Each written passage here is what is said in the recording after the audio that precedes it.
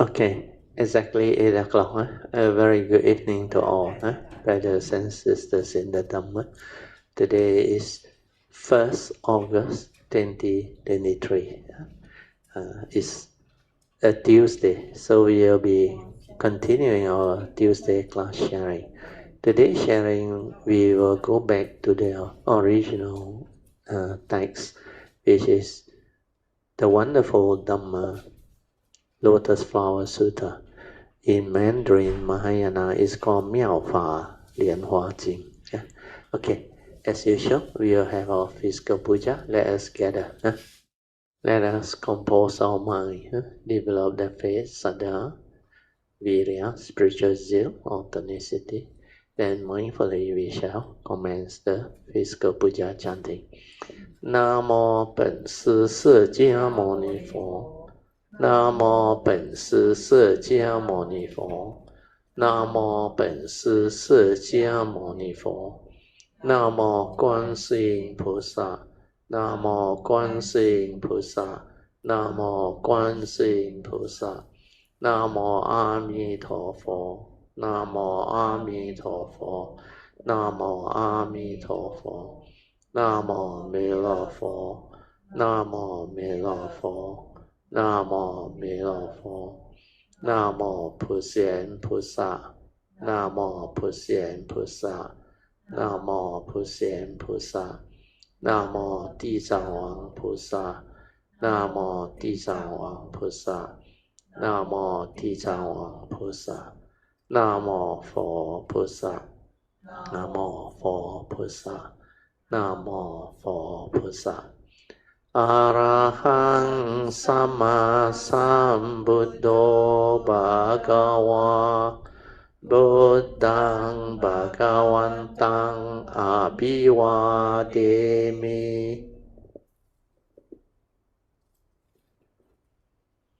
สุขโตภะคะวะตาธัมโมธัมมังนัมสสามิ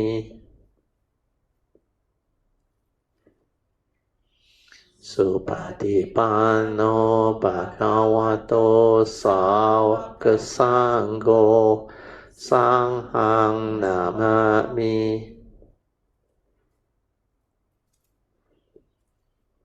นะโมตัสสะภะคะวะโตอะระหะโตสัมมาสัมพุทธัสสะนะโมตัสสะภะคะวะโตอะระหะโตสัมมาสัมพุทธัสสะนะโมตัสสะภะคะวะโตอะระหะโตสัมมาสัมพุทธัสสะพุทธังสรณังกัจฉามิธัมมังสรณังกัจฉามิสังฆังสรณังกัจฉามิDutiyampi bedang saranang gacchami Dutiyampi dhammang saranang gacchami Dutiyampi sanghang saranang gacchami Tatiyampi bedang saranang gacchami Tatiyampi dhammang saranang gacchami Tatiyampi sanghang saranang gacchami Panati pata veramani sikkhapadang samadhiyami Adinadana veramani sikkhapadang samadhiyami Kamesu miccācara veramani sikkhapadang samadhiyami Musawada veramani sikkhapadang samadhiyami Surameraya japamadatthana veramani sikkhapadang samadhiyami Padipa puja Ganna sarappa dittena Dipena tamadang sina Dilokang dipang sambutang Pujayami tamonudang Ganda sambara yutena Dopena hang sugang hina Pujaye pujaniyang tang Puja bhajana muttamang Vanna ganda kuno petang Etang kesuma santatin Pujayami munindasa Siri pada sarorohe Pujemi betang kesumena nena Punnena metena cehotu mokang Pupang melayati yata idang me Kayo tata yati vinasa bawang Adivase no bante Paniyang parikapitang Anukampang upadaya Patigan hatu mutamang Adivase no bante Pale parikapitang Anukampang upadaya Patigan hatu mutamang Adivase no bante Bojanang parikapitang Anukampang upadaya Patigan hatu mutamang. Now we are chant the Puja aspiration based on our understanding of the significance of all these offerings. Significance of offering of light. May this offering of light to the Buddha brings forth the causes and conditions to illuminate our mind and help arise the needed clarity and understanding to dispel all darkness or ignorance therein. Significance of offering of water. May this offering of pure, clear, cool water lead us to the pure, clear Dhamma that cools and doses off the fires of all defilements within our mind. Significance of offering of incense. May our morality, virtue, and understanding shine forth far and wide, just like the fragrance of this incense, which we are offering to the Blessed One, who is perfect in wisdom and virtue. Significance of offering of fruits. May this offering of fruits remind us of the Dana Parami of generosity and the fruit of our karma, so that we will diligently strive on with heedfulness to attain the path and fruition soon as possible. Significance of offering of flowers. May this constant offering of flowers to the Blessed One strengthen our faith and constantly remind us of the impermanence of this body, so that we will diligently and sincerely strive on to cultivate Sila, Samadhi, and Panya, leading to ultimate liberation, the bond-free Nibbana, and making of overall aspiration. By the power of all these merits born of these offerings, may our spiritual faculties of Saddha, Virya, Sati, Samadhi, and Panya be further strengthened until they become balas or powers, sharing and transfer of merits to all beings. May these merits be shared and transferred to all beings without exception, especially to those who have the condition and affinity to receive them. Sadhu, sadhu, sadhu. Okay, let's pay respect. Triple jab. Badang pujemi. Dhammang pujemi. Sanghang Puja. Before we start, maybe I just make some announcement. This one is something that I saw just now. I think Han was the last to come in. She offered something, so we rejoice. Come. Sadhu, sadhu. And you know what happened or not? Today, I don't know why, all the fruits were offered. Very beautiful fruits. So at first there were only 7. Then Han brought in the 8th one. 8 type of very nice fruits. This one is called what? Sour salt. Sour salt, amojambu. So nice. Ngao ngao ho sing. Like fruition, all fruition, fruiting. So hopefully it's a good auspicious almond for all Kayamita. Means the fruits denote what? Fruition of cultivation. So to realize the truth is to go through path and friction. So friction is the ultimate realization of wisdom. When you're on the path, you're already very good. You're already like very blessed and develop a lot of wisdom and wholesomeness already. Okay, so let us rejoice. Sadhu, sadhu, sadhu. So this is the first announcement that I want to make. The second announcement is because today we had again Sister Andrea. Andrea, how to spell your name? Pronounce your name. So Andrea. I try to remember. I got problem remembering new names. So pardon me.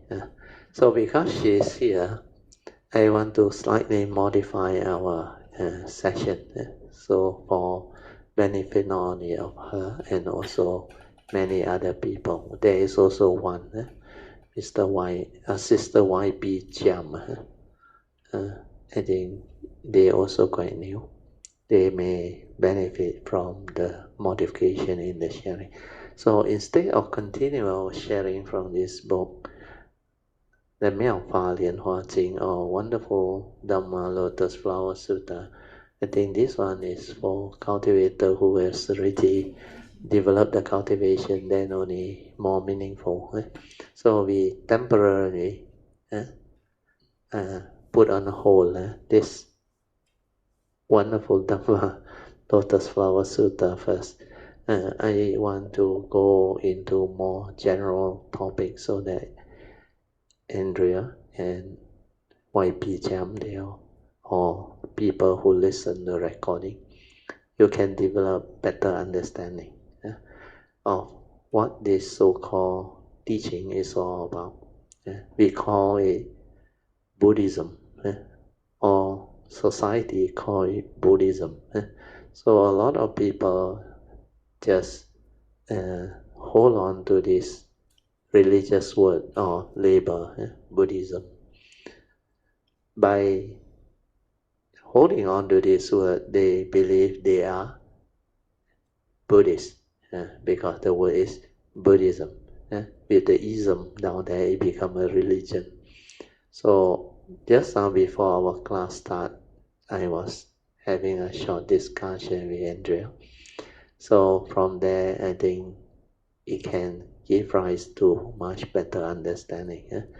I want to maybe discuss this as a very general topic. Most people, they find it very either interesting or confusing when it comes to the word religion. True or not? We have heard of religion. And what is religion? Religion means that word define all type of belief system that people have. So we call it religion. And basically, religion can be classified into 2 fundamental religion. One is believe in the Almighty, or the English word is God. Then the other one is do not believe in that. So do not believe in that. Sometimes they call it atheism. The word is atheism. If you are atheist, means you don't have a religion in life. But Buddhism doesn't believe in God or the Almighty. So, and yet the atheists also don't want to get anything to do with that word religion. So the atheist is supposed to be somebody who don't believe in anything. But religion we can classify into two basic types. One believe in the Almighty, the other one doesn't. The reason why I want to go into this is because this is how it all started. Understand? Why does humanity come out with this term called religion? Is to understand what? Understand life. Understand the mystery of life. Means how do we exist? Like just now I think Andrea want to ask. Because when I say the Buddha doesn't teach the religion where there's a belief in God. So if he don't teach that, then the next question is the Buddha a normal human being? Then I think she wanted to ask if I'm not wrong. Maybe I can get her to confirm. How did the Buddha come to be? How is he born or what is it? If you say there is no creator, then how did they arise? So all these are the questions that people have. But religion can be very interesting. So what is important is we have this as a general topic so that we discuss it openly so that we can develop more understanding. So what is the normal understanding of religion is the word ism. Like I explained to Sister Andrea. Because the Buddha is the teacher of this teaching, that's why they add in the word ism at the back, it becomes Buddhism. And similarly for the other ism, Hinduism, Sikhism, or whatever ism, because it's a Hindu religion, so they term it Hinduism. But Christianity is different, no ism at the back, Christianity. So there is the Christian religion. Then you have also the various type of other religion. Then you have what they call Taoism too. Taoism.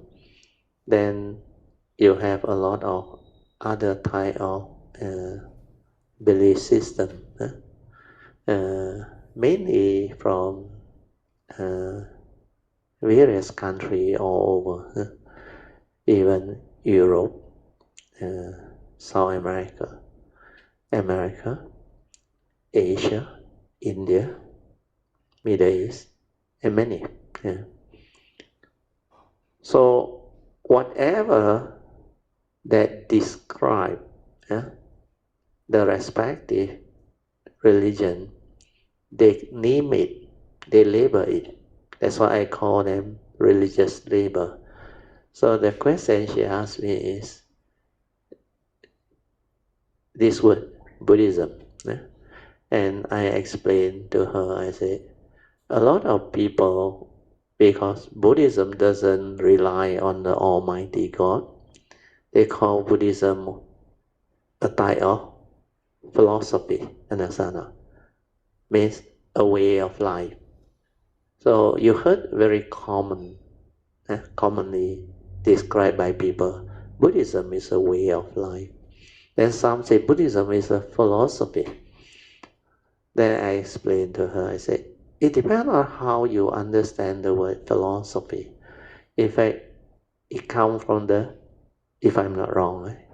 The Greek word, G-R-E-E-K, Greek. A philosopher is a person who loves wisdom. A lover of wisdom is called a philosopher. So philosophy is a field where you study to develop wisdom, means to be wise and all those things. In that sense, you can say Buddhism or the Buddha's teaching is a philosophy. Where it doesn't need you to believe in anything. Yeah. A lot of people have the wrong understanding.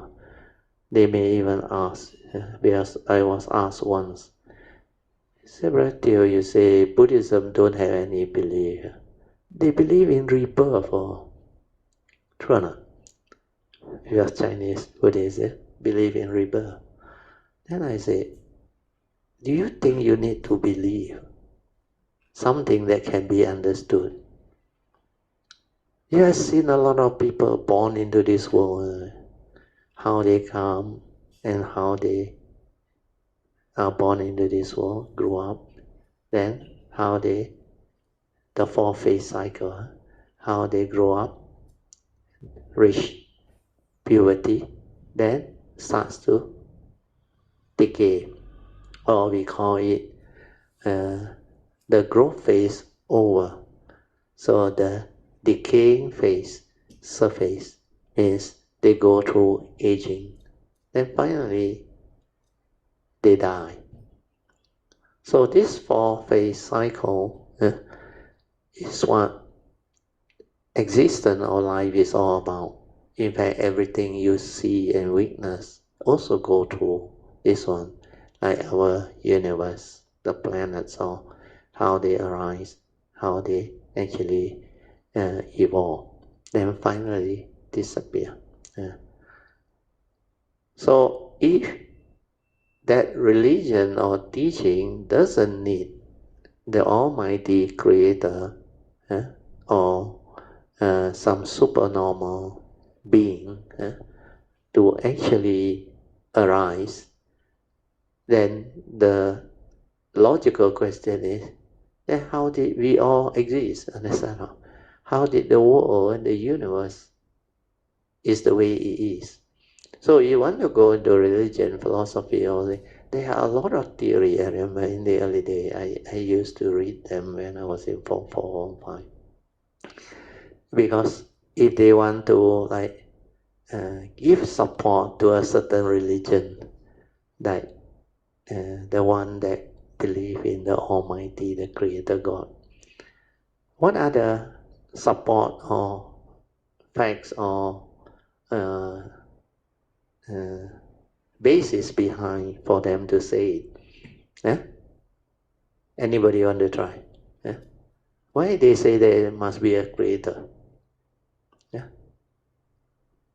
Is there any other way of explaining how the world become what it is without the Almighty? You all didn't hear of this. He said you look at all the planet, everything is very orderly one. You realize not?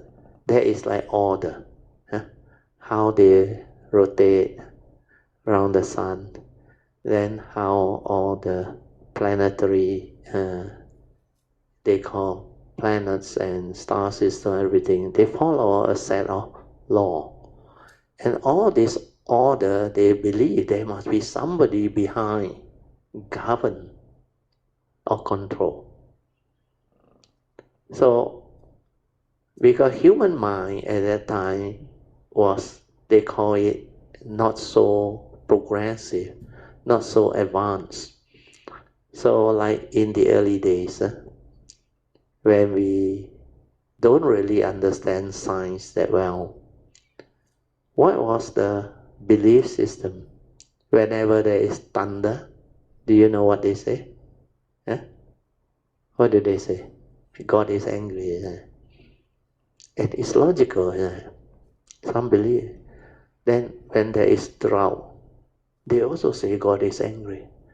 That's why they do sacrifice. There's a lot of religion. They go through those phases of delusion, ignorance. They sacrifice and all those things in order to please the Almighty or God or whatever. But then, without all this explanation, they cannot explain. No? They don't know what to hold on to, so they need something to hold on to. So there are various explanations of how the concept of God come about, creation got about. They say due to the poverty of their ability to understand or mind, they say the easiest way is what? Create the concept of God, understand not? The Almighty God. So like what we have gone through, they say, this one you cannot question one. He is responsible for everything that happened. And he has a reason for everything. So now the question is, if you are a normal human being who wanted to go into or explore this question of religion so that you can understand life, understand existence, understand clearly how the universe or the world become what it is. So how do you start? Yeah? Most people will find it very easy. Just believe. Understand? Then the belief sometimes also attract a lot of people. No? Non-believer means what? Yeah? Quite a lot of this type of religion. If you are non-believer, when you die, you go eternal hell. You heard of this? Right? If you are a believer, you will go eternal heaven. Eternity, I will say. But when I was young, I don't know about you. I just asked myself, how can life be so simple? I believe I am promised the eternal, what they call heaven. If I don't believe, I go eternal hell. And some of this religion don't believe in future life. One life decide everything. So that is one way of looking at it. So I look at it differently. I say, based on normal understanding from my conscience, I say, to me it's not logical. Unless your mind is such, you can accept this type of so-called explanation. To me is, if this is what the truth is, then no need to do good, isn't it? True or not? You can commit all the evil, do all the funny things. Then last minute before you die, believe and accept and all things. Then certain of this religion, they also promise you, the moment you accept, all sins are forgiven. So please don't get me wrong. We are not here to support which religion. We are here to develop the understanding of how all this come about and how, as an individual, we can have the freedom of will to develop the understanding of ourselves so that we can investigate into all this and finally come to our own conclusion or acceptance or understanding. You don't have to believe anything I say or be influenced by what I say. That's why I want you all to participate. Participation is very important. So based on that, my understanding is, if a person is very kind, very compassionate, very generous, and do a lot of wholesome things for the sake of humanity, for mankind and all those things, and just because he doesn't believe, then he is condemned to eternal hell. To me, that is not only illogical, it's not the way nature is supposed to be, or life is supposed to be. Whereas another person who is heedless couldn't be careless, do a lot of funny things, can kill, can harm, can cause disaster to arise like war and all those things, then be a tyrant or torture people or do all the funny things. Then last minute they accept a religion that believe in that, then they can still have eternal life. They will not be condemned to eternal hell. So that was the first thing. Yeah? The second thing that I come across is I look at life, I look at existence, I look at nature. I realize nothing is created. How many of you agree with this sentence that I say? Do you see any creation in life? Huh?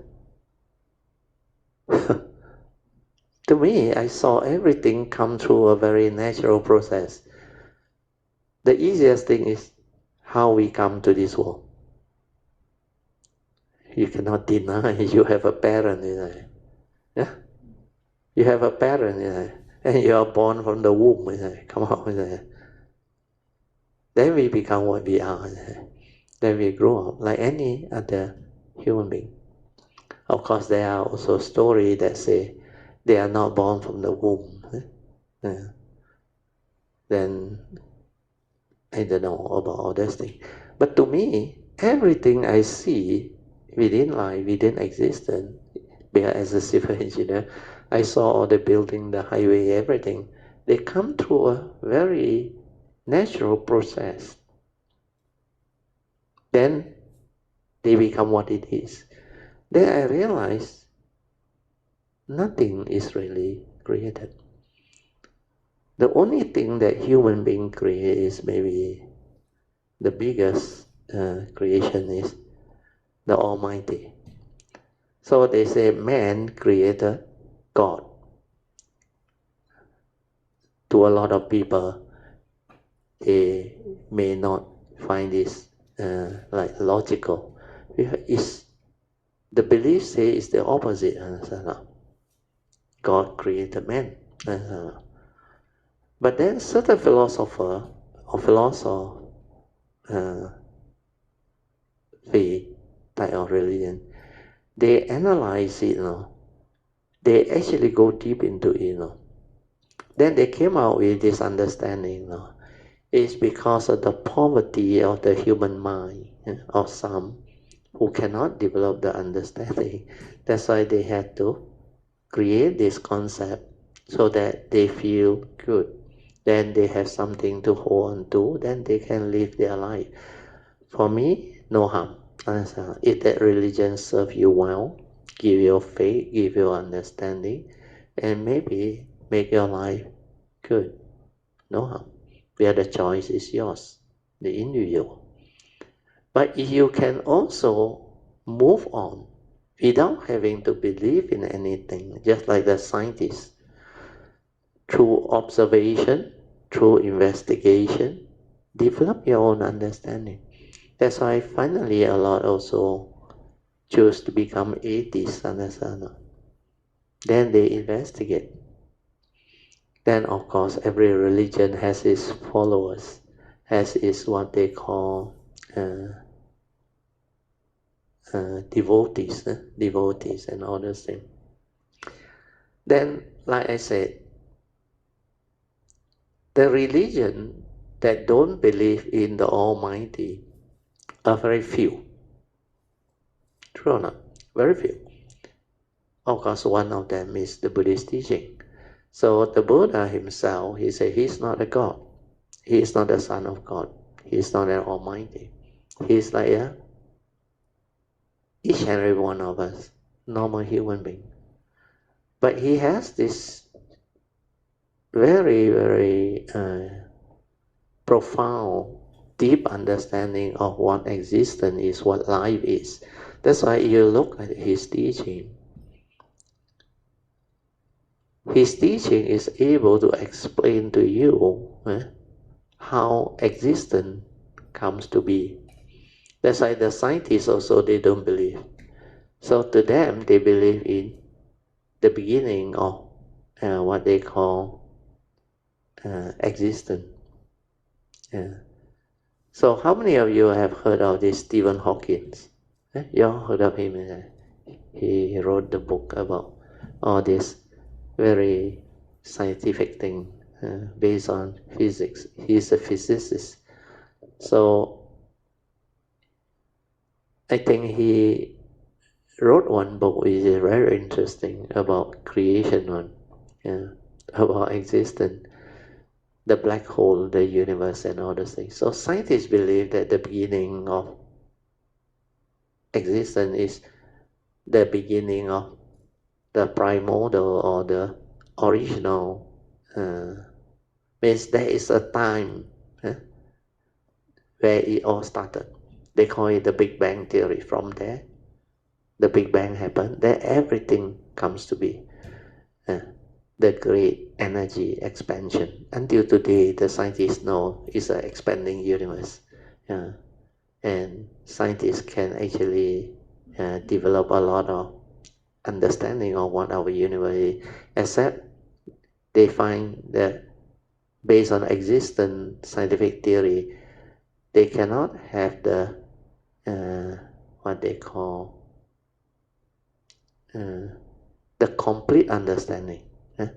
I think Einstein called it a unified theory. Unified. He wanted to unify all the scientific law to explain the universe, but they can't.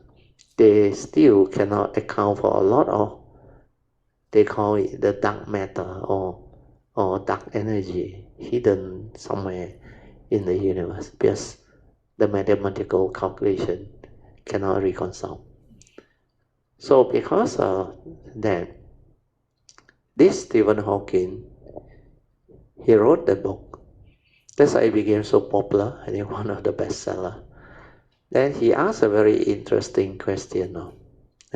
But please don't take this as an offense. It's in the book. You can go and read it up. He said, let's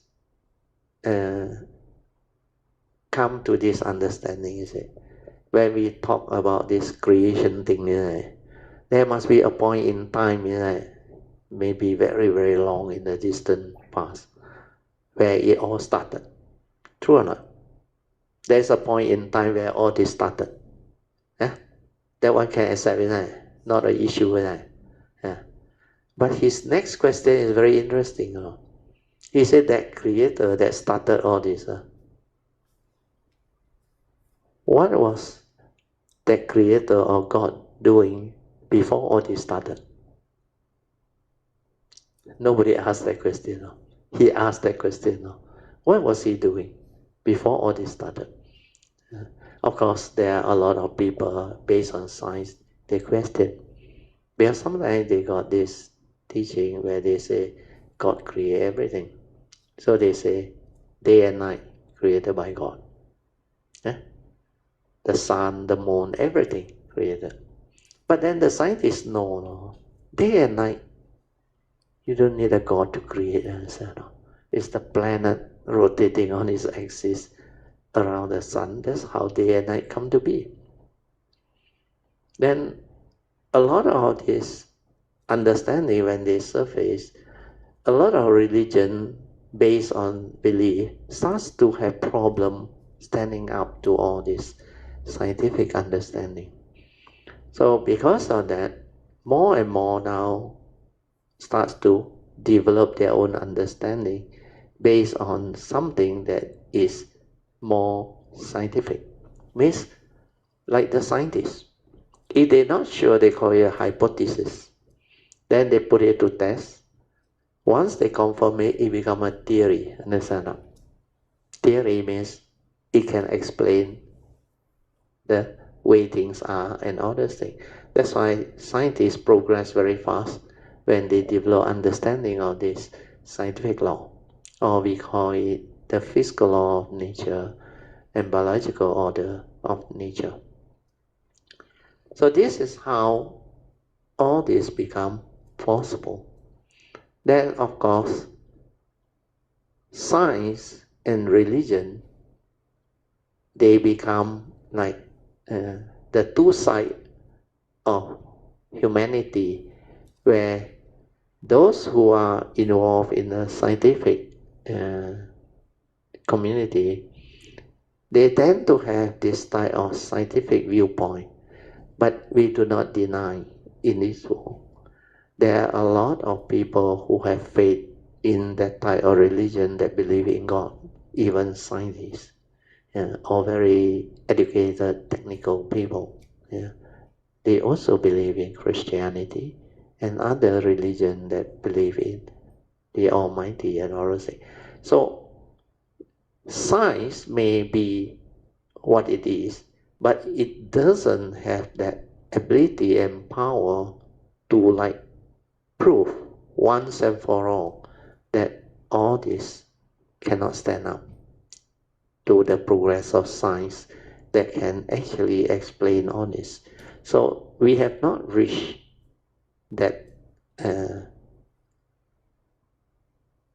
that phase of understanding where all this can be. That's why our planet, we still have a lot of human beings holding on to various type of beliefs. In fact, if I'm not wrong, correct me if I didn't get the facts right. The one that has the largest following is Christianity. True or not? Followed by what? Islam. Then I think Buddhism is third or much less. So it's not a question of the numbers. It's the way you understand all this. So for me, I will continue to investigate based on science because I'm a science student. But in a way, I was lucky. I have my past. So everything just happened. Like I remember the first Tuesday when Andrea came to the class. Before the class start again, she asked me, how you understand all this? Did you have teachers and all that? I said, I have teachers, I have guides, but they don't teach me all this. A lot of the things that I come to understand, I realize it later after I connect. Then I inherit from my spiritual nature. Then from there, the whole understanding becomes so different. That's why I was able to like come out of it. Then like I explained to Andrew, I said, if you don't have that, what they call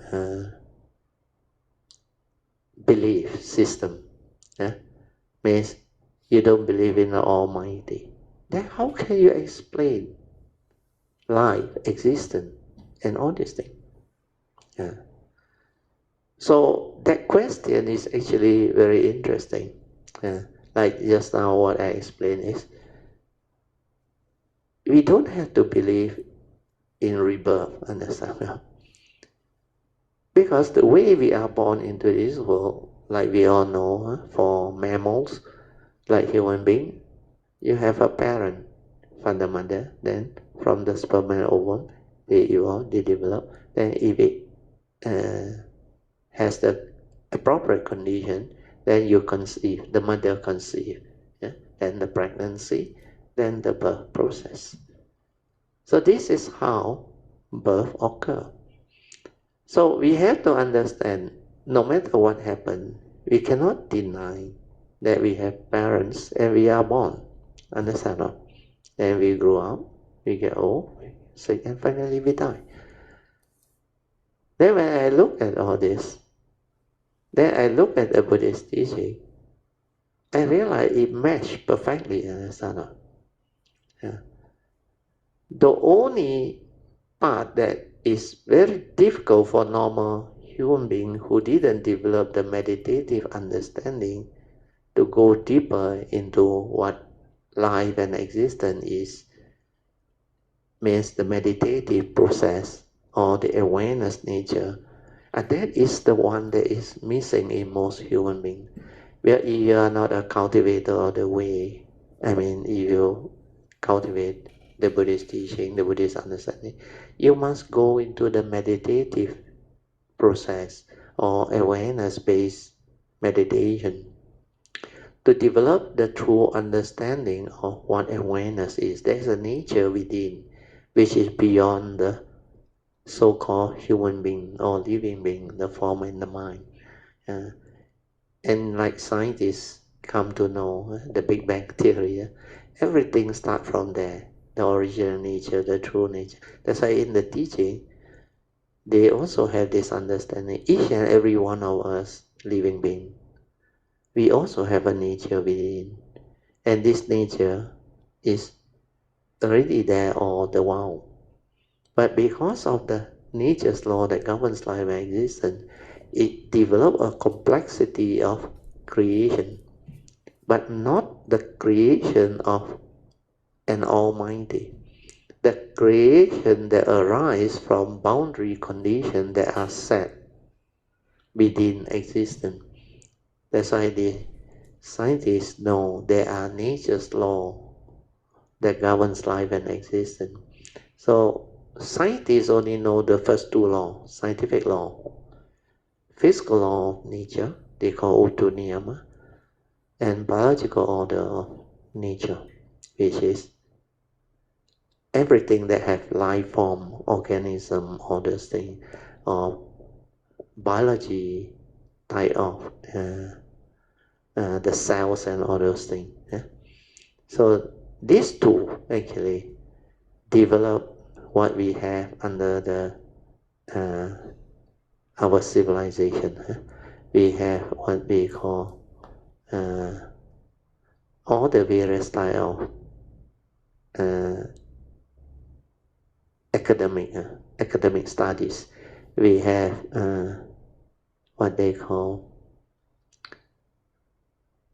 biology.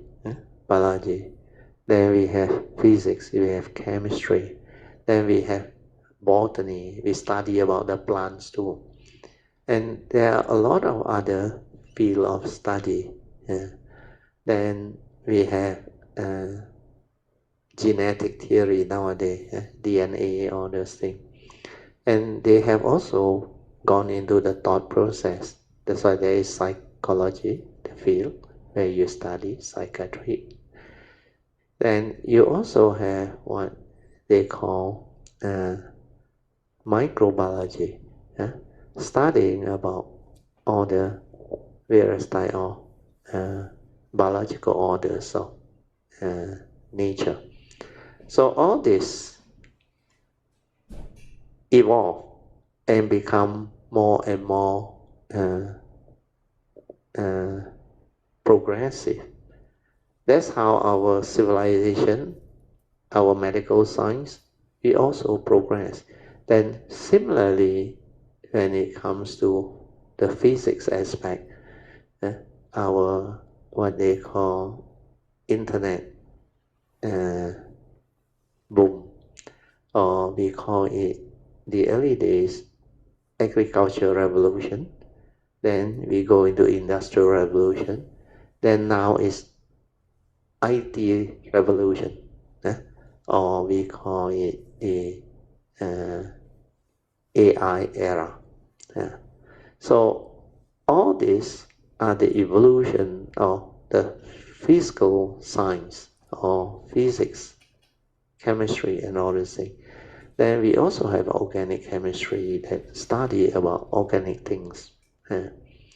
So all these are scientific law. But the Buddha actually came out with the missing understanding that the scientists don't have. The spiritual law.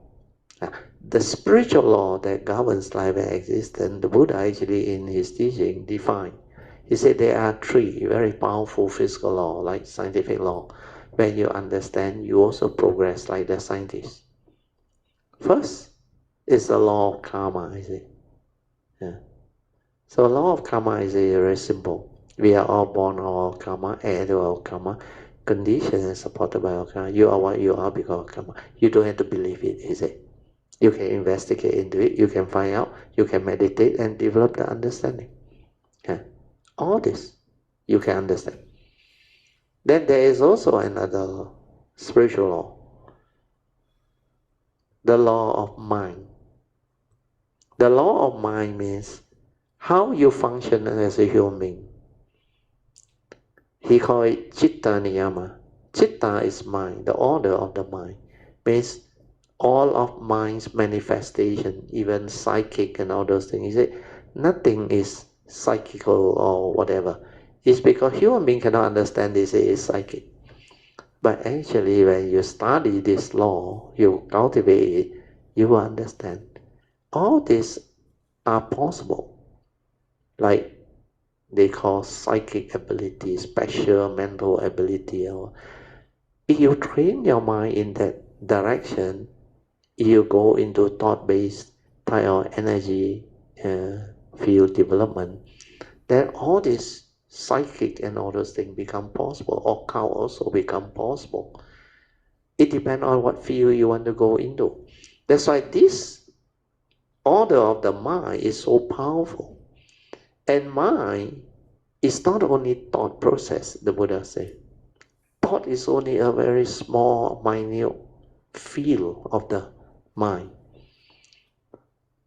The biggest and most difficult to penetrate and cultivate and understand is the awareness nature, the true mind. That one is the main one. From there, everything come to be. So that is where this teaching become unique. And that's how this teaching actually come about. This teaching can only be understood by the true cultivator of the way who go deep into awareness. The Buddha called it mindfulness, leading to heedfulness. That's why there is what we call the meditative training.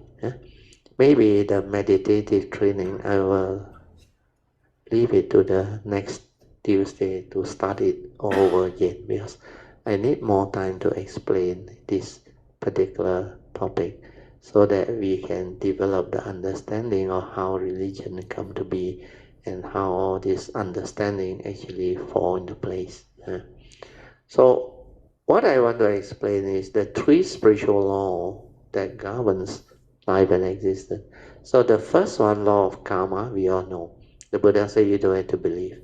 Then he said the final understanding that he has is we are all born our karma, heir to our karma, conditions, whatever. We are what we are because of our karma.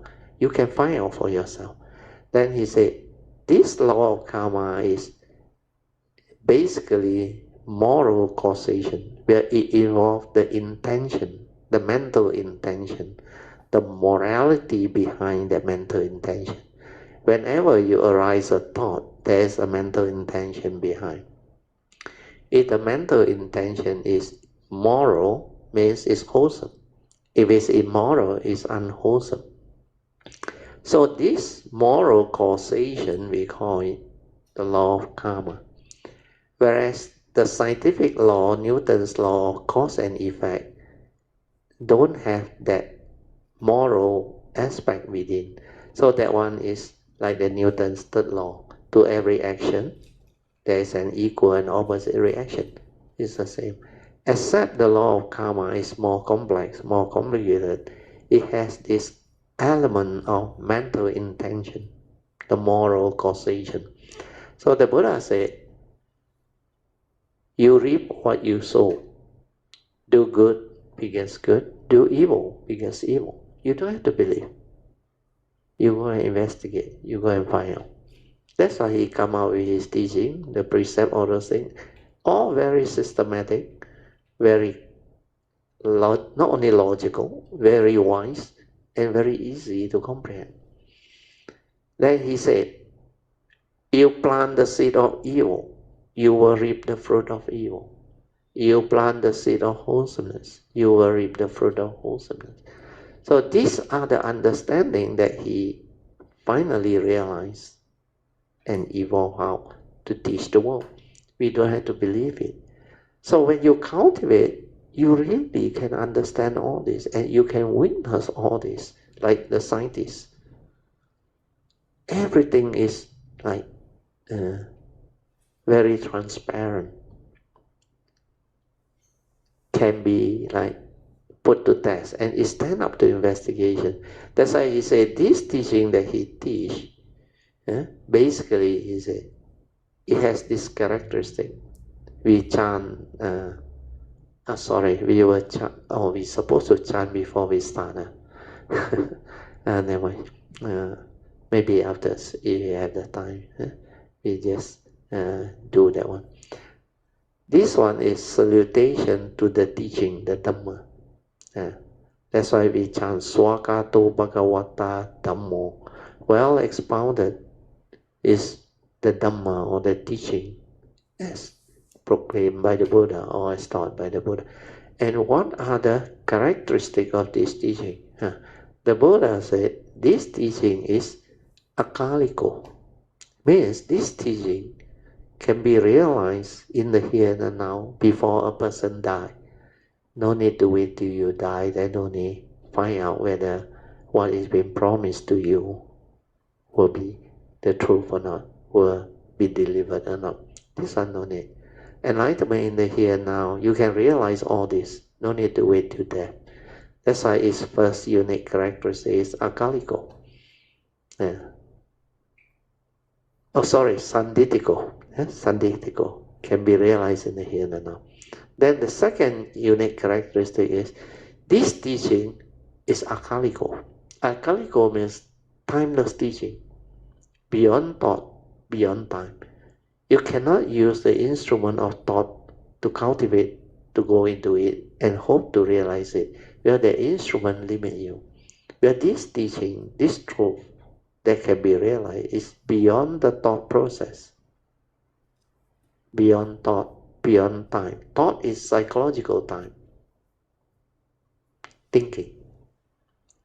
So when you understand this, then you realize this teaching is beyond thought, beyond time. That's why it's the timeless, and it can be realized. Then the third one is, it is ehipasiko. Ehipasiko means you can investigate into it, and it will stand up to investigation. Means like any truth, scientific or spiritual, you are invited to come and investigate into what he teach you and confirm it for yourself. You don't have to believe anything. Then the fourth one is opanaiko. He said this teaching actually lead inward. When you cultivate, study it, develop the understanding of it, it will lead inward.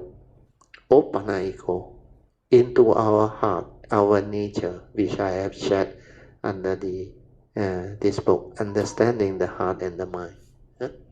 So this is the one. So when you cultivate the true teaching, when you come to the realization takes you back to your nature, your heart area. That's why opanaiko means it leads you inward back to your nature, your heart area, where there is a gateway to develop the understanding of it, the realization of it.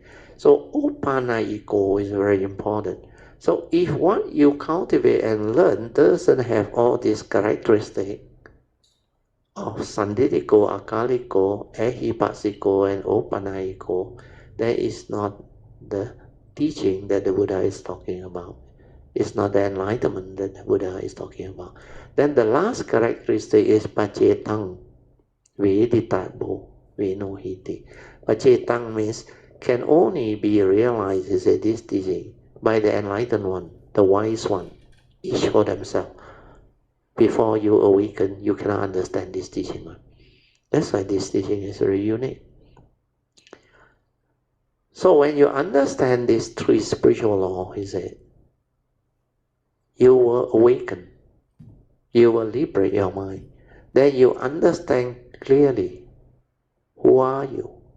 What are you?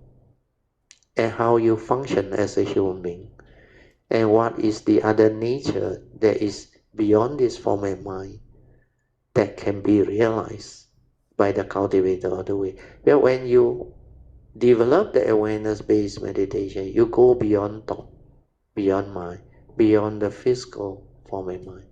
Then you realize that nature within, which is, they call it the timeless, or what we call the unconditioned. So what we experience in this world, this universe, this existence is the conditioned world. Then everything within the conditioned world, according to the Buddha, follow this universal law or order, or we call it the law of nature. And there are five, he said, Pancha Niyama. The first two is scientific law, physical law, and biological order. Then the other three is law of karma, law of mind. And the last one I didn't share.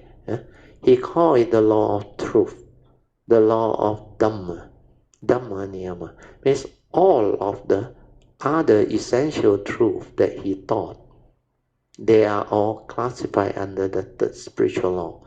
These are all very unique, beautiful, and very powerful truth that can allow you to awaken, to realize the truth, to become enlightened, to liberate your mind, to develop clear understanding.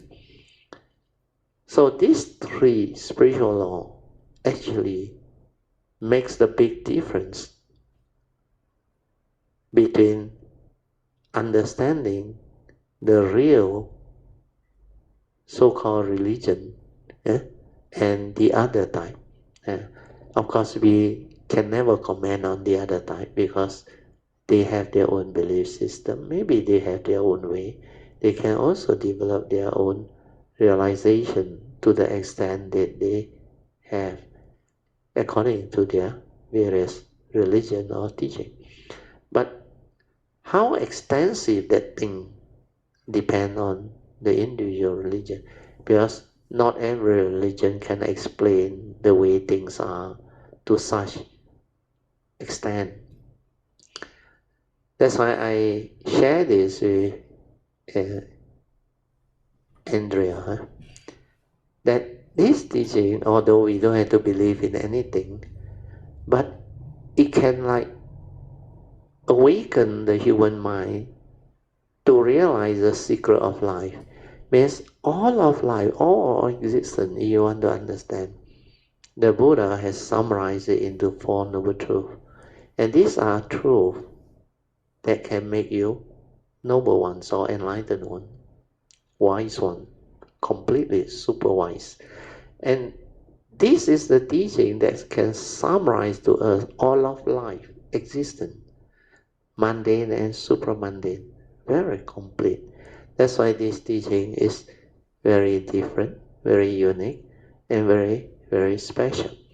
So this is the part that I have developed as understanding, and this is the one that I want to share with all Kayamita, so that it can give you faith, so that it can let you understand that you also have a choice to explore other teachings, other religion, no harm. You can go and read up and find out for yourself, because everything that can develop understanding, no harm. Just give it a chance, give it a try. Then when you finally develop your own understanding, you can make your own conclusion. Then the beauty about this teaching is, the Buddhist teaching is, the so-called teachings of the Buddha is, after you awaken, understood, and understand, then you know how to die. Then you will know nothing die, no one die. And that is the most beautiful part of it. Then you understand what existence is, what life is, what all this creation is, the complete understanding. Yeah. That is the uniqueness of these teachings. And this one, the Buddha said, every human being, living being, can cultivate and develop the understanding provided you have the patience, the sincerity, the trust, and the understanding. If you really have all this, you cultivate like he also start from scratch one, from basic, perfect himself, cultivate accordingly, and develop all the understanding and perfection to become the so-called fully enlightened one, Samasa Buddha. So hopefully, this part may give you the confidence, the understanding, so that you can have strong faith and understanding of what this teaching is. It's not just an ordinary teaching that believe in the law of karma, believe in all the so-called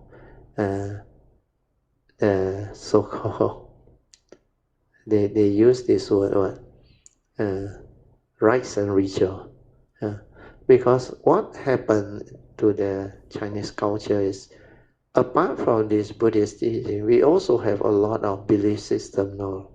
We call it the rites and ritual, which are not the Buddhist teaching at all, like all the medium and all those things, and also a lot of the so-called Tao practices that deviate from the true Tao teaching. The Tao teachings are very beautiful. Even Confucianism, Mengzi, their teachings are all very beautiful. But there are a lot of things that deviate, become right and ritual. Like a lot of people don't understand, they think Buddhism is Pai. You know what is Pai? Worship, idol worshipper. And they like to use this word. You go and worship the statue. Whereas their religion has a true God you don't want to follow. Is that you prefer the statue or the carving. But it's the understanding. When we devotee of the Buddha or the Buddhist devotee, when we pay respect, we are not worshipping anything. The Buddha's teaching is very simple. He said you recall to mind that so-called image that you pay respect to. When the image is normally the image of the great beings, either the Buddha or Kuan Yin or all the great beings that have cultivated and perfected themselves. So what we are doing is, out of love and compassion and gratitude and understanding, we actually pay our respect to them. So when we pay respect, means we express our gratitude and respect through understanding who the great beings or the Buddha is, how unique a being he or she is. The first one is they are enlightened being, fully enlightened, not only enlightened, fully enlightened means they have perfected themselves to develop all the understanding and the perfection of wisdom and virtue, to the extent you can say they are the wisest and the most virtuous living being ever to be born when they become the Samasa Buddha. They have this all-knowing understanding. Everything that can be understood, they have that mind that can develop the understanding. So because they are so unique, so out of love, compassion, gratitude, we develop that faith, because they are not only enlightened, they are fully enlightened. And to have such a great being, like I said, he is the wisest and the most virtuous living being, to be your guide, to be your teacher, you will definitely have faith in him and a lot of gratitude towards him. That's why we pay respect. And not only that, because of his perfection, his understanding, he can come out with this type of teaching that can bring about enlightenment in the here and now, to liberate our mind, to free mankind from all suffering. And because of that, that understanding of how great this being is and how great this teaching is, That's why we take refuge. We pay respect. And we have faith. We develop the saddha, virya, and the respect. So this is not what people say idol worshipping. Because there is a lot of Chinese tradition, rite and ritual practices, like the burning of the paper house. They have nothing to do with the Buddhist teaching. In fact, even the medium and all those things, and a lot of the feng shui thing, or nothing to do with Buddhism. Understand? Then the rite and ritual that you observe in the funeral session and all those things, basically they have nothing to do with the Buddhist teaching. But the Buddhist teaching has certain understanding of what death is, but not according to those rite and ritual and tradition. So this part, I think, is important to clear it, because in the early days, like I said, when I saw what my mother do, go to the deities, make offering, then ask for favor, then it's like can bargain one. I offer you if you help me to help my son recover from sickness, pass exam, do well in life, then in return I offer. And what she offer is, most often or not, when I was young, I saw she slaughter chicken to offer. Or then sometimes the pork, pig. I said, if this is Buddhism, sorry. I didn't want to have anything to do with it. Because that time I did know. As a Chinese, I was born into a Chinese family, and I saw what my mother did. My mother got the other part, which is very good. He believed in Kuan Yin. She has very strong faith in Kuan Yin. And that was the only being that I can pay respect. When he asked me to pay respect and put the joystick, I actually count 1 to 10 without letting her know. Then I put the joystick down. Well, I can't do. I don't know why, sincere. But when it comes to the Buddha and Kuan Yin, I will pay respect. I don't have to use the joystick. But sometimes he give to me, that one I really pay respect, and I put the joystick down. Yeah. So what I'm trying to share with you is, in the early day when I started searching in 1971, when I was in Form 5, I remember, I go and study everything, all the other religions except Buddhism. I went to Christianity, I went to the Hindu teaching, even Baha'i, and even the Islamic teaching. We went and asked the most people, say. But then, as a science student, I couldn't reconcile. Most of them talk about the Almighty thing. So we end up almost like no answer. Yeah. I just ask very simple question, but they cannot answer me. I said, you talk about creation. Then I want to know who create your creator. You understand? If everything must have a creator, then who create your creator? Until they cannot answer me. You say, you wait. They go to the higher authority. Then finally, I think the one most senior one came and talked to me. He said, Mr. Teo, there are certain things in our religion you cannot ask. I say, why? Well, he's the Almighty. Beyond question. He has a reason for everything. Oh, well, okay. I say, if that's the case, then no more question. Because that is how they actually evolve the argument and understanding. So to me, I say I'm a science student. Nothing is created nor destroyed. The first physics law, the law of conservation of mass and energy, you can recall that. You cannot. Form 4, Form 5 we study. Nothing is created nor destroyed. This is the law of mass and energy. Where everything is like they call transform only. Understand? So it like water. You heat it up, it will reach boiling point, then it becomes steam. Then from steam it condense, then it come back. So nothing is created or destroyed. Everything follow this law, scientific law of conservation of mass and energy.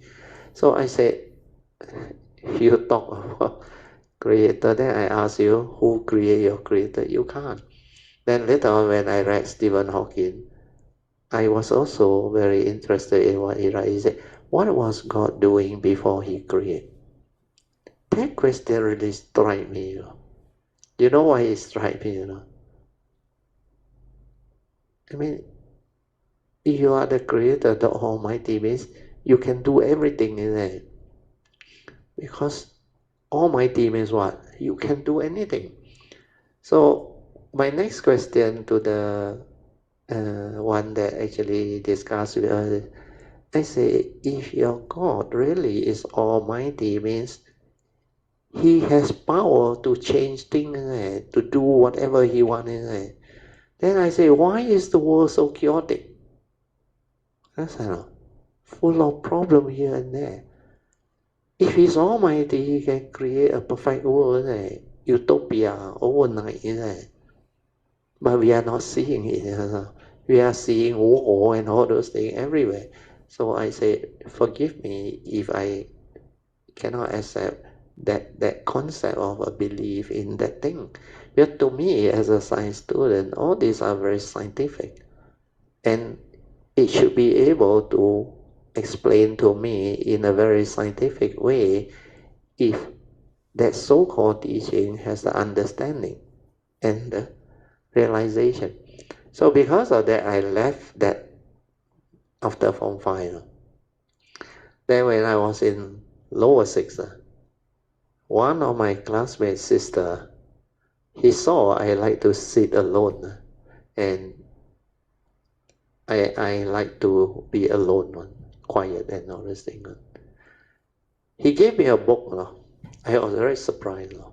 What Buddhists Believe? The first edition of the What Buddhists Believe, written by our late Chief Kesri Dhammananda. When I opened up that book, I got a lot of joy. For the first time I read in the book what my mother did. These are all rites and rituals, nothing to do with Buddhism. And then I have a lot of joy. Then I start reading. I didn't even want to find out what Buddhism was initially. Then the moment I read on, I saw this Four Noble Truths. The moment I saw this Four Noble Truths, straight away inside there tell me, no need to search already. Nobody in this universe, especially a being 2,000 over years ago, can develop this enlightenment or realization and summarize all his understanding in Four Noble Truths that explain to me the secret of life or aspect of life, both mundane and supramundane. I say, that's it, finish. That's why from that moment onward, I didn't search anymore. I just go into this teaching. Then maybe faded. The moment I finished my Form 6, I got into MU. The first day I came, I was staying in the first college. I met a classmate from Kuala Lumpur. He said, Tio, you got anything to do? I said, I do that. He said, I take you somewhere. I never knew he took me to science, one of the Dewan Kulia lecture theater, where this author of the book, the chief monk, Kesri, he was giving a very scientific talk on Buddhism, on the Dhamma that day. And at first time I saw a bald-headed monk, so radiant, English so good, and sharing the Dhamma. That's why I was full of joy. Then immediately I went and see him, asked him for the contact. That's how I landed in Brickfield Temple, where he's the chief there. And the rest is history. Then everything happened. Then like it's meant to be. From that moment, my life changed. Everything changed. Then the understanding keep on coming and unfolding. Then, like I mentioned, after 1986, I started to go into this teaching very seriously. So that 3 year, 86 to 89, everything happened. The book come, the teacher come, the guide come, everything come. And my nature connect. That's how from 86 to 89, that phase, I met up with a lot of people and I received a lot of things. Then the understanding completely transformed. And after 1989, I don't really need a teacher at that time.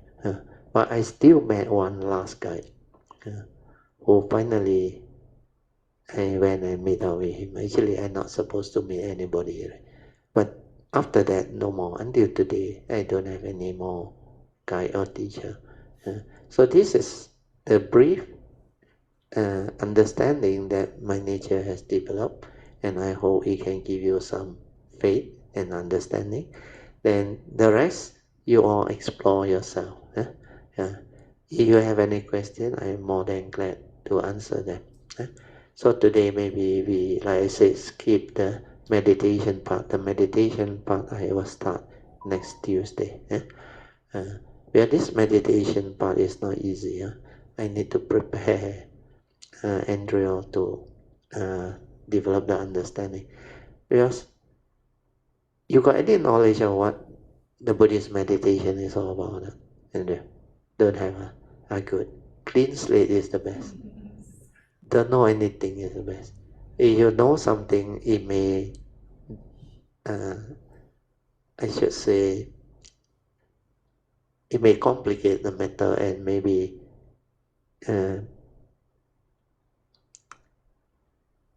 less easy for you to understand and settle into the meditation. Because what you have been exposed to, if you have any concept or idea, you tend to have that thing actually like preventing you from accepting new teachings or new way of meditation. Because most people, after they have gone through a lot of this, what they call conditioning or belief system, they are so used to that type of method, technique, and teaching and meditation method or technique and way. So much so that that one, just like your knowledge, it prevents you from listening to other type of way of approach to meditate and to develop all this. So it's like our views and opinion as a Chinese, we tend to have this conditioning. Anything that is not related to the Chinese tradition, or we tend to like resist or don't have an open mind to receive it and all say. But not to say everybody is like that. I realize most people are like that. But there are some from the past, they have developed the understanding, they are not subject to that. So if it's a clean slate, it's very easy. I give you the basic instruction, which is very easy, very clear, and easy to follow. You just give it a try. You got nothing to lose. The worst is you cannot get it. You cannot develop the progress or experience. But most people, if it's a clean slate, you listen, you just do, you will experience a lot of good things, and it will transform you. Do you have any problem with like think a lot, cannot sleep? Sometimes you have, good. Means you learn this meditation, you sleep very well. you don't have all those problems disturbing you. Because when you develop this awareness-based meditation, it's very easy. Maybe I brief you a little bit. The four support for this type of awareness-based meditation, like the word awareness, If you cannot remember, now my beer is recorded. You go back, you can listen to it again. Is she on the Maikayamita group? Oh, you send me the email, I put her in so that you receive every session we will have a recording, audio and video. Then all this you can listen again. It will help you. Good evening, Brother Teo, Mrs. Teo, and Kamita.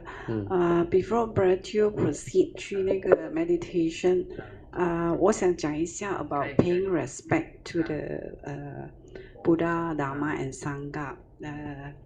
因为当我以前开始学佛法的时候，我不能够，好像我面对师父叫我在那边大庭广众，我跪下去，我跪不下去，跪不下。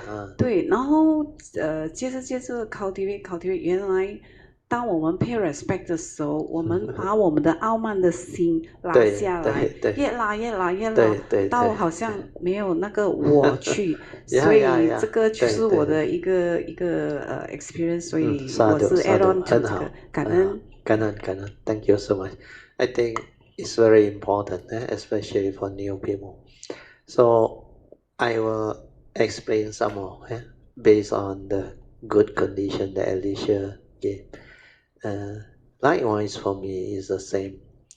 When I first went to Brickfield, at that time I still don't really have the clear understanding and in-depth understanding of this teaching. That time I was a civil engineer, maybe undergraduate, haven't really become a civil engineer. But academically, I did very well because I topped my school. Then I reached the pinnacle of my academic career, and I did very well. That's why I'm able to enter University Malaya, study engineering. It's not easy at that time, really. The whole state, my whole school, I was the only one that managed to enter do civil engineering in MU. There are two others, they study electrical, not civil. So what happened was, when I went to Brickfield, I saw people pay respect, all those things. At that time, like Alicia, say, university student, no, just bow down like that. For what? Because I don't have the understanding. But somehow, I start to collect some of the booklet that they have there. Then in one of these booklets, I read about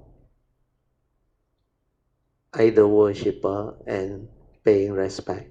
And then only I developed the understanding. That's why initially I was thinking, the ego is like very strong, like what Alicia goes through. How can you just bow to a maybe monk or what?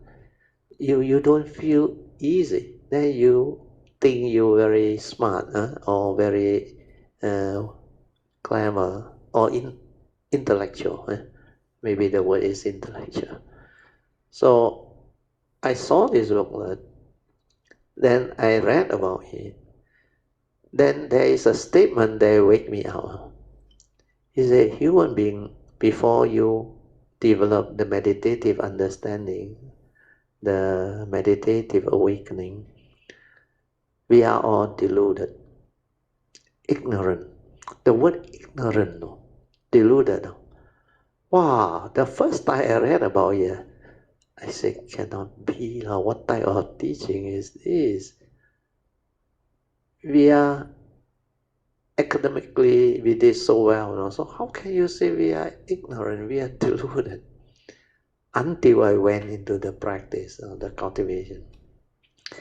Then I saw in my mind, everything I do is all selfish or not, for me or not for me, beneficial or not beneficial.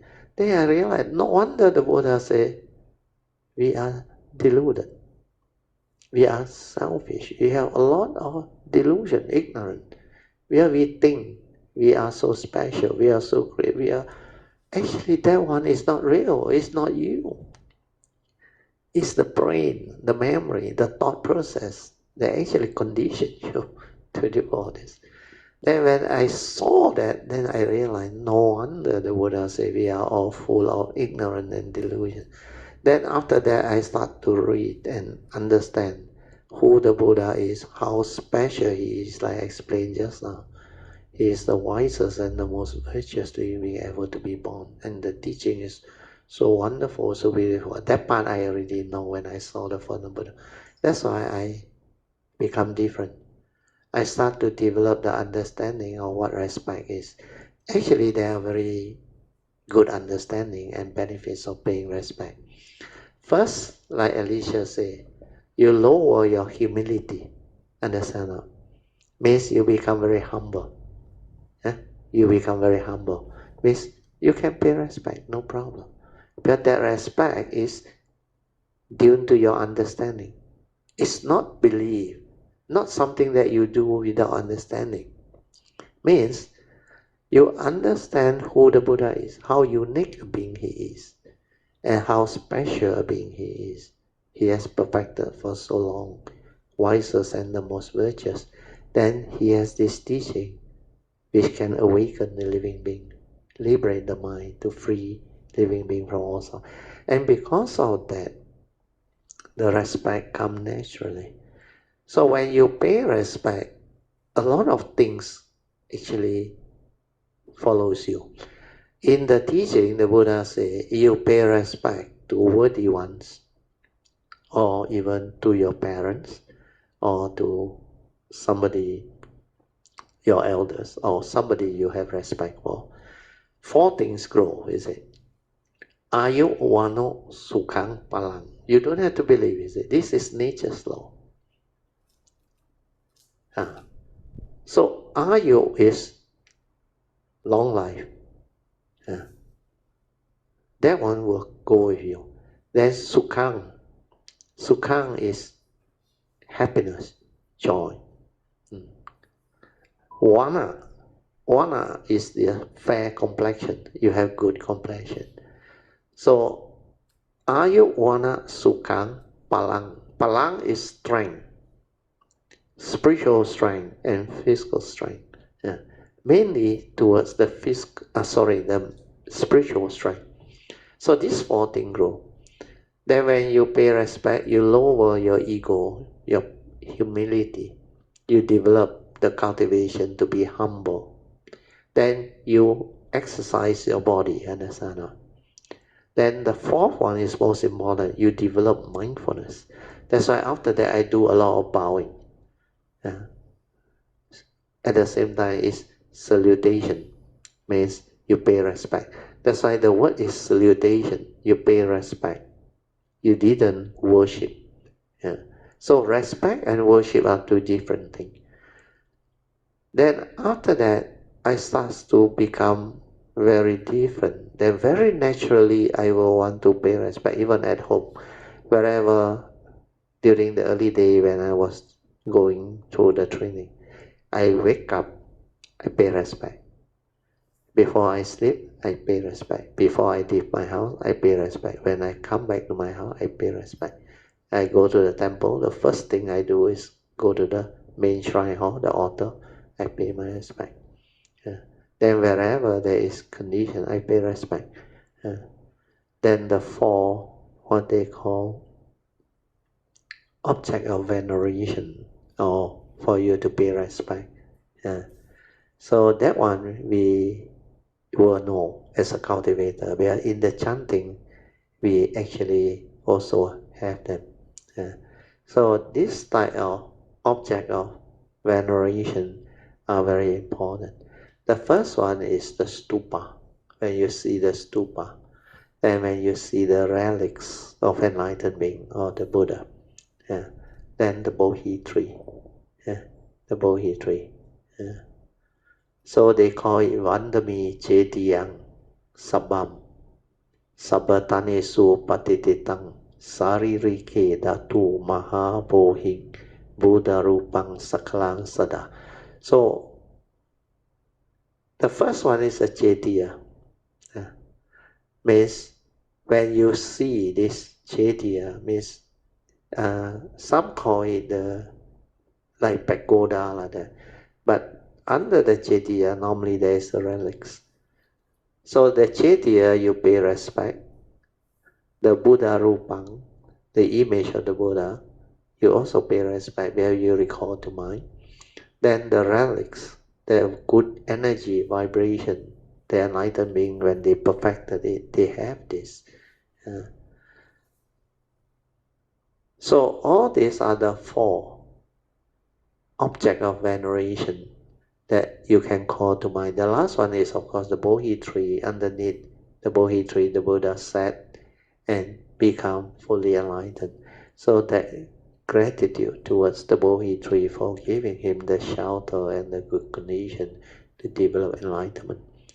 So this part, humility, respect, very beneficial. So as you cultivate, automatic, you will develop all this understanding.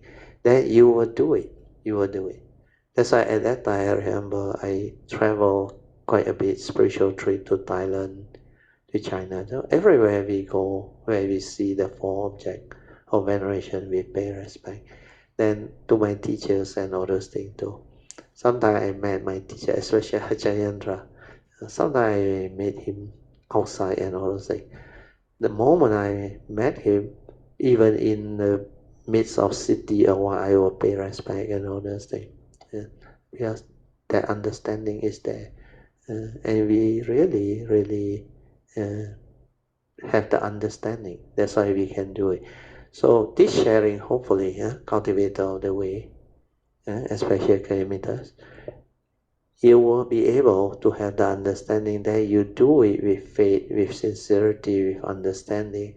It is very beneficial. The 4 or 5, what they call benefits that come with it, they are all there. Okay, then now maybe I will brief you on the meditation. Like the word awareness-based meditation means we are here to develop the training of the mind to be aware. So the first thing that I need you to understand is the difference between awareness and consciousness. I think this one I haven't taught you. You know the difference between awareness and consciousness or not? As a human being, we can become conscious. When we wake up, we become conscious. Conscious of what? Conscious of life, existence. But because we have the 6 senses, we can be conscious of what we see. Then what you hear, like my speech, what you smell, what you taste, what you tactile feel, and your thought process. You can be conscious of it. That one is consciousness. Can you follow? The next one is you can be aware. That one you haven't heard before. Aware means just aware or mindful, aware, before the knowing, before you perceive, before you know what that thing is. Means when you are young, newborn baby, you don't have memory, don't have conditioning, belief system, nothing. Your brain is blank. You see things as they are. And that is awareness, pure awareness. Means the pure see, like the baby see. He doesn't know what to label or name, understand? Means the word is not there. The label is not there. The concept is not there. The views, opinion, idea, and what that thing is, the perception of it is not there. That is awareness. That pure awareness means aware. So I define mindfulness, sati, as awareness before the knowing. You understand? Before you perceive, before the thought process come in, before you become conscious. Understand? It's from there you become conscious. Then you perceive, then you think, you create thought process. So awareness is just when you are completely silent without thought, you are aware. You already aware. The moment you are without thought, you already aware. So don't try to be aware. You know why? The trying is always by the thought. The thought try means you are thinking. I don't want to think. I just want to be aware. But the thought that say that prevent you from becoming aware. When the thought is active, you can only be aware when thought cease to be. When there is no thought, means like the baby, no memory, nothing, no thought. So relax is the first support. Relax means relax body and mind. Your body and mind completely relaxed. Means you are at ease. You got no mental issue, no mental problem, nothing haunting you, understand? And your body is not in tension or stress or any tightness. You just feel yourself at ease, relax. So the first support is relax body and mind. You can relax body and mind, then you can develop the meditative state very easily. Can follow?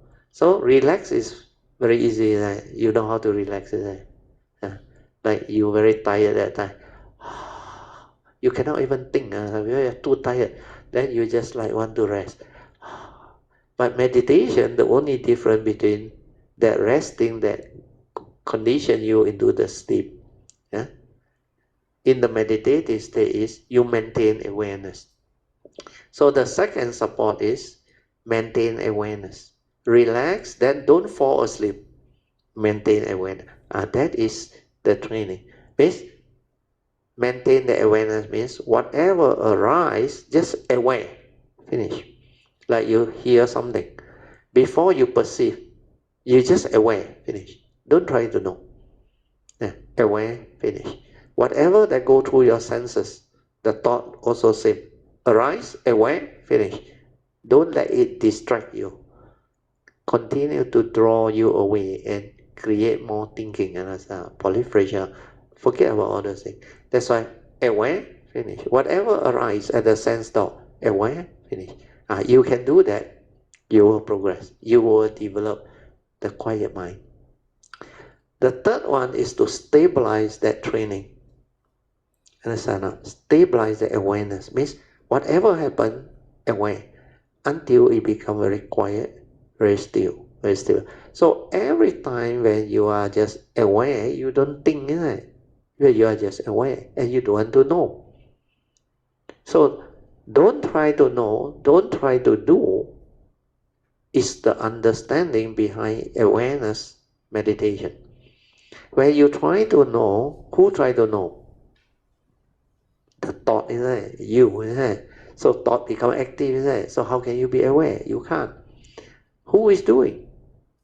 The doer is always by the thought, isn't it? That is the only instrument human being understand. That's why to develop this awareness-based meditation, you must reverse your training. The way you live your life.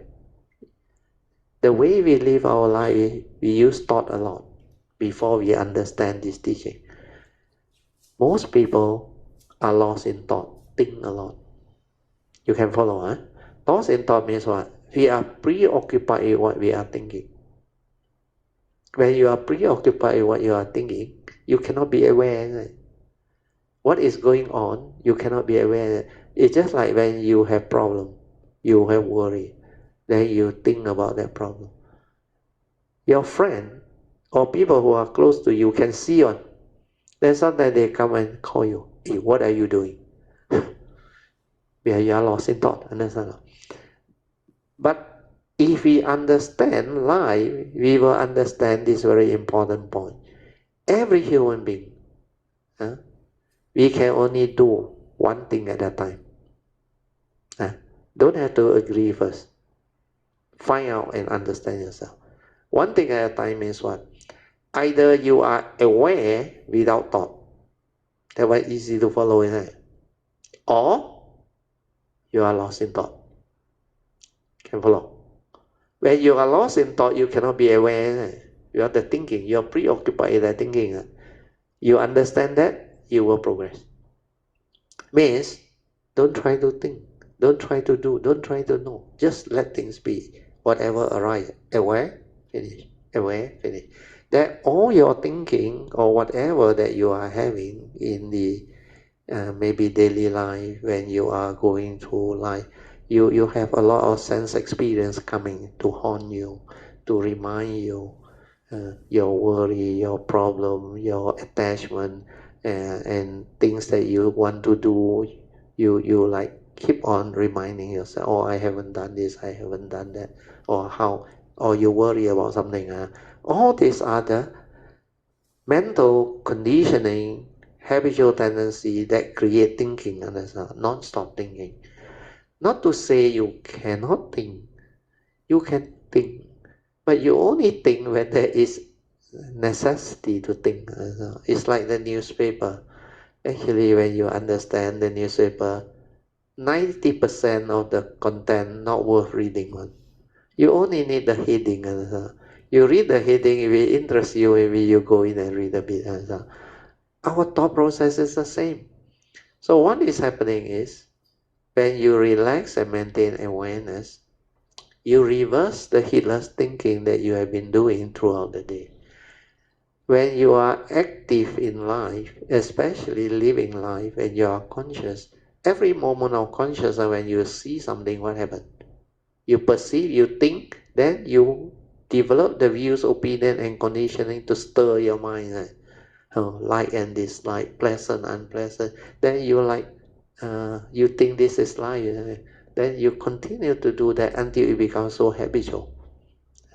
Then every moment of sense experience, sometimes you hear some vibration, you cannot understand, fear of the unknown, that fear arises.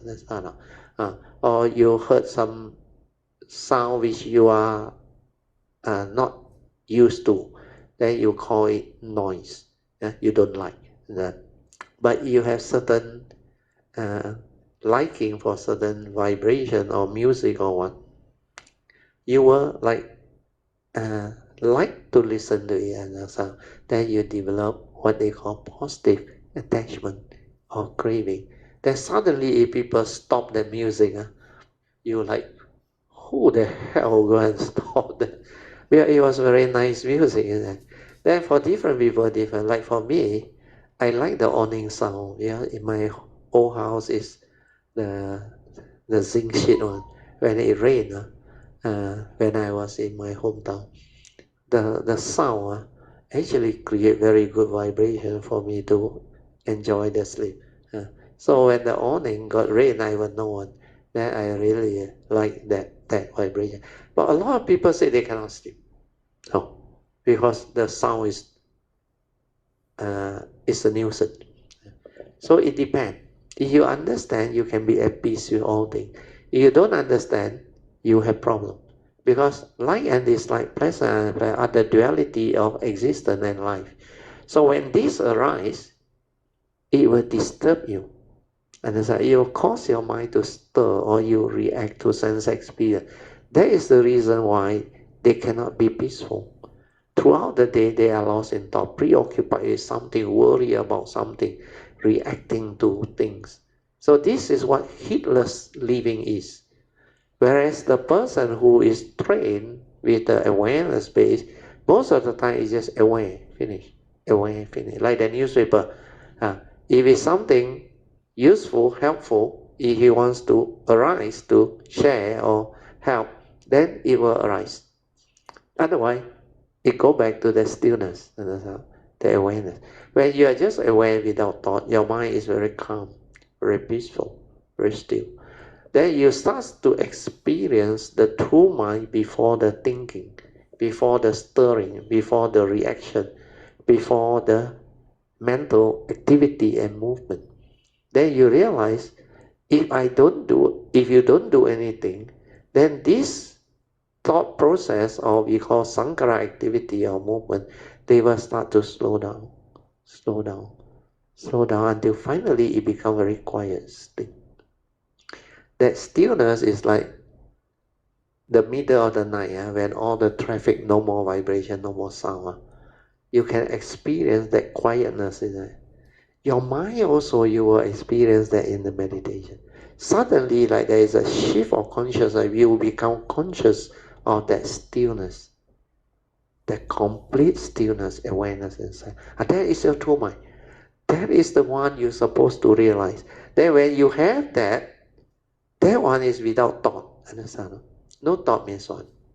No duality, no fear, no worry, no anxiety, no mental state that is agitating. Understand? That's why you will experience the peace, the tranquility, the stillness. And we call that the awareness nature. It's just aware. Then it becomes completely quiet and still. And that is what your true mind is. The silent mind. And that is the meditative. So when you are in that state, you can observe. Understand? You can develop the clarity. Means you are aware. You're aware of all the movement, activity, everything. You don't have to get involved. Understand? But everything that moves, your awareness pick it up. Understand? That specific phenomenon awareness of, then you become like very observant. Like everything that go on, you already aware, means you can recollect and develop the understanding if you want to. Yeah, you saw it. Understand? Like I give you a very good example. Let's say your handphone at home. Sometimes you forgot where you put it there. But if you have this mindfulness awareness, before you put it down, you're aware. Understand? Aware means you just aware. Understand? Before the knowing. Means the awareness is you feel it, you're aware that this is the handphone. Understand? Not without the thought, no. That this movement, how you put it down, if you're aware, you will know where you put it. And then you can recall. Then you don't have to search for it. So like this so-called microphone, how you see? If you are just aware, the word is not there. You can understand? The concept is not there. So what you see? This thing, understand? Without the color, without the word. Like the painting also. But the moment you perceive, your views, opinion, conditioning, belief system will come in and create what? Like and dislike already. How come this painting is so lousy? Why this guy got no taste? Buy this type of painting. All this is what your mental chattering is all about. Means you are creating the thought process which is non-beneficial. It's like internal dialogue. We call this heedless thinking, lost in thought. But when you are just beautifully aware, this thing so beautiful without word, the pristine beauty and wonders of life are all here. Understand? That's why everything is like so pristine, so beautiful. I can just stay at home and look and observe, aware, then silent. So that is what meditation is. The fourth support no need to know yet. That one is after you become enlightened already, only you go in to cultivate the higher teaching. So the first three, relax, maintain awareness, then stabilize it. You understand this? Next Tuesday, you will have the beautiful half an hour of awareness-based meditation. You will experience a lot of good things happening. And then your mind become different. Okay? Sadhu, let us rejoice. Sadhu, sadhu, sadhu. Okay, I think I will stop here for the second session, which is today no meditation, so no need to report meditation. But we discussed this topic about the teaching. You can ask me any question you like regarding the teaching. And also maybe whatever life-related matter that you want to develop understanding so that you can understand life, then overcome whatever life problem or situation that one is facing. 看见新的人来，其实我想每个人都会想到自己当初是那一个新的人的时候，然后会又在想说，经过那么久了，对，你进步了多少？对对对对对对。我想每一个人都应该会有这种想法。哇，好像是10多年前。10多年前，when she came, 慧荣 came to my class, more than 10 years already. I think 2009 or 2008, 2008. So now it's 2023, 14 years, or 15, coming to 15 years. 不错啊，你早过 Alicia 才10年，but they learn a lot, they benefited a lot. 因为我想每个人有每个人的因缘。那像刚刚从一开始这样听，我就在想，其实我以前是一个非常表面很听话，其实是很多自己的意见。对，是的，那因为我从小就跟着我的阿嬷对，所以我其实跑得更远。对，因为我觉得，怎么讲？我觉得那不是我想要的。对，因为我从小就被强迫要干嘛。对。那还好，我有那一个卡嘛，可以又跑回来。对。虽然那个缘分很早就在那边，可是并没有让我走进去，反而让我跑得更远。然后特别的因缘，然后还从台湾来这边，还来上这个Dhamma class 英文的课，对。每个人都会问我说：“哎呀，台湾有很多什么华普山啊，什么，这么你会去上一个英文的课哦？那所以每个人的因缘是很奇妙的一件。very unique, very unique. 那我深信，如果这是一条你本来该走的道路，对，你绕了几圈，你还是会走回来。对，所以我很觉得很感恩的，就是说绕了那么多圈，我还是可以走到这一条道路上。很好了，你真的蛮厉害啊，真的。Because like she said, last time she very opinionated. She got her views and all that. Because raised by the grandma and all the thing. Then like even PG last time also say, there is a type of character. Because she need to survive. She work with the contractor all the thing, and she is a small size girl. She need to really like protect herself, speak out and all things, so that you are not bullied by others and so. So sometimes they have their views, their opinion. So this is what life is. When you go through life without understanding, all this will follow you. Because this is your karmic inheritance from the past. You have been like that. Then your habitual. But also because in the past they have actually special affinity with the triple gem. They have done something. They have actually joined certain classes and meet up with certain cultivator the way. Then they make aspiration. They make vow like this life. They develop the understanding, the faith, the joy. Then they become different. Then when the time comes, like Hui Rong says, somehow it will happen. It will fall into place. Then, like Alicia's case, she need to go through depression for 16 years only. That condition arise for her to come. And also because of two friends very close to her and Freddie. They were family friends, I think. And they know I teach meditation. So they came and approached me about 10 years ago. I said, I got a friend, very close friend. They got problem. We want to help them. Can she come to your class? I said, can, provided she want to come. Means she herself must agree to come. Otherwise, no point. You come, listen to something very dry. who can stay around? Understand? Well, this is not something like we don't say Chinese educator from Taiwan attend an English session, and you can attend for 14 years.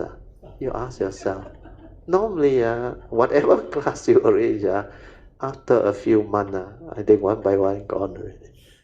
Nothing interests you unless you have something that can change their life and make them realize that this is beautiful. This is not something that you can receive from anywhere, and it's hard to come by. And it is something that is so amazingly transformative. It can bring about understanding that can transform your personality, your character, until you become so different, until your life transform and change, and you become like completely transformed into another entity that has the understanding, the love, the joy, the compassion, the peace, and all the understanding. These are the vital character and personality that can make you different, and you can become a blessing to all. Then you can understand life, live life, experience life to the fullest. Like I used to say, you can develop the understanding to experience all of the beautiful, amazing wonders of life. Then you can also at the same time live life to the fullest. So this is what this teaching, also called Dhamma, is all about. That's why you look at everyone here. In fact, everybody here, apart from my wife and my daughter, I don't know you all. How you all come, you all know. Like Song also same, Jin Hao also same, Pauline also. In fact, all my Kalyamita also, most of them I don't know them. But it's very strange. They come, then they listen, then because there is something from the past, the affinity, then they develop the understanding and interest, and they develop the joy. Once they understand, they become very different. Then it's very transformative. Okay, sorry, Rong, you continue. Sadhu. 我觉得佛法是在你不知不觉中，其实完全改变你的想法啦。Sadhu 尤其是刚 Alicia 讲到pay respect， 对，其实当你了解布达在讲的所有的那些所谓的真理的时候，你当然会很 full of faith， 对，and pay that respect。所以我每天早上，因为我有一个小小的 shrine room， 当我每次早上一定要去 pay respect， 那时候其实对我来讲，那个是一个除了对布达的完全的 respect 以外，其实是时时刻刻在提醒布达的提醒。你的 daily routine to remind you of this teaching and the faith and the respect. That's why 那个时候 I remember every day I do one non-stop for that 3 years, 86 to 89. It's like I used to say a full-time cultivation. Although I was still working as an engineer, but throughout my waking moment, later on, even when I go to sleep, I also meditate away. It's full time, really, like she said. 那个是不需要人家要求，对是说他有没有给你 lucky 对，那个是你不会把它联想到那边去。对。所以我觉得，像我每天我觉得我 pay respect 的时候，我觉得我又是一个很好的energy 的开始。是，you feel the joy， 对 ，and you feel the transformation within the understanding。高论沙度来，高论。The last session you are here, right? Good. So you know it, Andrea, Esther's sister. Yeah. 哦，他上个礼拜就来了。哦，他上个礼拜来哦。因为上个礼拜我对啊，but 你听到 recording 也会听回那个上个礼拜的也是 very good. I also didn't follow this 妙法理论经so now Colony is here continue 和荣sadhu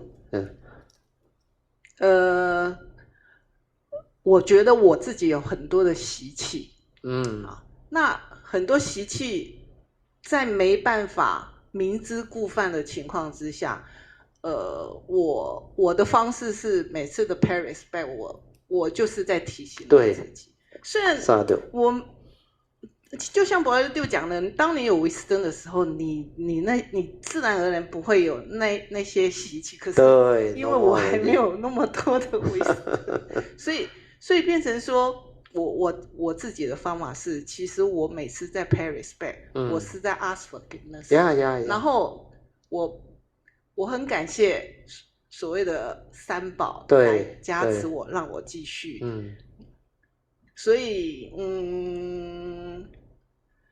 以为什么这个动作可以每天早上起来一定要马上做automatic 化，自己会做了。对对对，所以我只能说，很多的习气其实真的是不容易，尤其是当你走上 practice 这条路上的时候，你是骗不了自己。对对对对，因为如果你要骗自己，你就不会走这条路。对，不会走这条路那其实虽然我没有像每个人有很多 story， 但是我也还算蛮顺利，但是对，我还是很感激我可以走这条路，因为至少我不用非常的辛苦。对，不用去走那个冤枉路No need to go through all the unnecessary suffering, stress, misery, affliction, everything.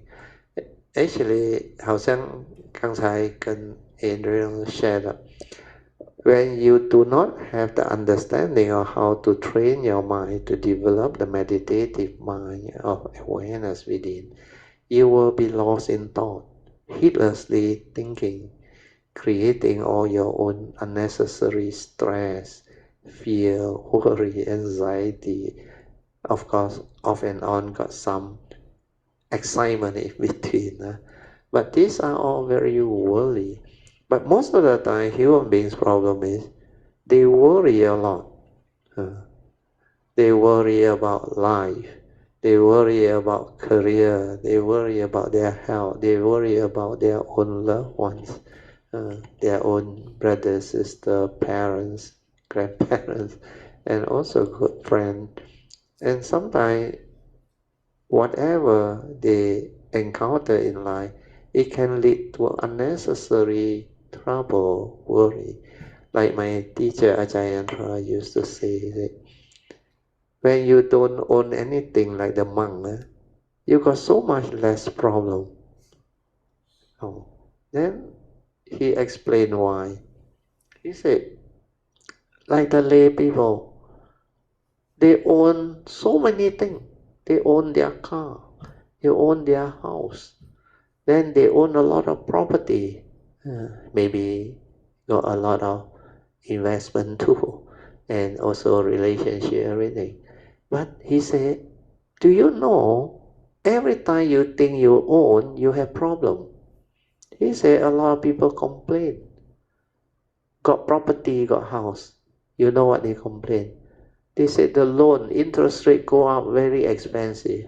The mortgage, that one they complain about. Then he said, 哇够烦 every year got to pay quick rent, assessment rent, and the majlis 终于要起價 So they complain a lot, and then the worst is, sometimes they themselves stay in the house or they rent it out. Then the tenant got any problem, call them. Leak also worry. That's your purse. You need to spend money already. You need to call contractor. Then electrical problem, plumbing problem, roof leak problem, sewage problem, all sorts of problems related to that. Then maintenance problem. Yeah? Off and on, you need to do a repaint of the house. Yeah, all this costs money. He said, no property, all this problem no more. And the worst is when they rent out, the tenant don't pay rental. Oh, another big problem. Sometimes to the extent they need to hire a lawyer. A lawyer also involved. So, you own the car. If the car nothing wrong, okay. Once the car break down or get an accident or what, I tell you, headache. Then car nowadays, not cheap. So especially you pay for a nice car, then the first few weeks you got it. Before you even have a chance to really drive, somebody bang you. How you feel? Or maybe, like I used to say, the example last night, let's say the neighbor bought a very nice car. Before he can even really drive around, the wife reverse and just bang somebody on the gate. So, because it don't belong to you, you are the neighbor, you saw, you laugh, you come in, tell your wife, hey, neighbor very soon. But the neighbor, I tell you, the moment is, the loud sound, then the husband come up, wow, what the hell, I haven't even drive you already. So all this cursing and swearing, this is what suffering is. When you don't understand, when you understand, you don't have to do all this, understand? You don't really own anything. Like this body, the Buddha said, human being think, they own. They say, my son, my wealth, my property, my whatever possession, they think they own. Then the Buddha say, these people who think about this are the fools. We are only the fools, like man, worry about this. Because this very body also don't belong to him, is it? Wherein son, wherein wealth, wherein possession, property, and all those things. All these are dependent originating condition arising. When you have the means, the money, you can buy, then you like you own, but you don't really own. Understand? No? When your breath stop, God, no longer yours. Then when nature's disaster come or severe accident, total write-off, also no more yours. But of course now they got insurance, you can claim them all. So these are the reality. Then when you worry about life, you're not only miserable. No? Sometimes they all become so deluded and so stupid. After they themselves gone through all this, they later on grew up, they worry about their children. No? Then after their children, they got grandchildren, they worry about grandchildren. No? So much thing to worry. No? So when you look at life, so many things, like my teacher Ajahn say, you think you own can give rise to so much unnecessary problem, affliction, and suffering because of the way you cling on to this thing, possession, all that. So family fight over possession. You heard of it, inheritance, and they become like from sibling and loved one become enemy, meeting up in the court process, fight through the legal system and all those things. And it becomes such messy thing, understand? Even divorce, separation, and all those things. Then health problem also is a reality. So all this you can see within life itself, within existence. Then you ask yourself, without Dhamma, how to handle all these things? Understand? Even relationship is not easy. If you get married, I tell you, unless you have good karma, your the other half is also very good understanding. But most of the time is not what the ideal picture is. Understand? That's why I said, before you get married, oh, honey, my love, or say, then the girlfriend make up, don't worry, take your time. But after married, hey, the reaction is different. Why take so long? Huh? Quick. Late already. So a lot of misunderstanding argument. Because in relationship, you don't have the understanding. You take each other for granted. You become like very negative. And all this is how you develop through delusion, ignorance. Then you create a lot of habitual tendency. That habitual thinking, that views, opinion, conditioning, belief system, you just like react and stir your mind because so habitual already. And they have been thinking for so long how to counter and how to answer. Then when they start the thing, the wife will react back. You think you very good. You also like that one. Then all the story come out. This is what life is. This is what exists. That's why without the Dhamma, you cannot resolve things amicably. You cannot see all this. Then you get yourself entangled unnecessary.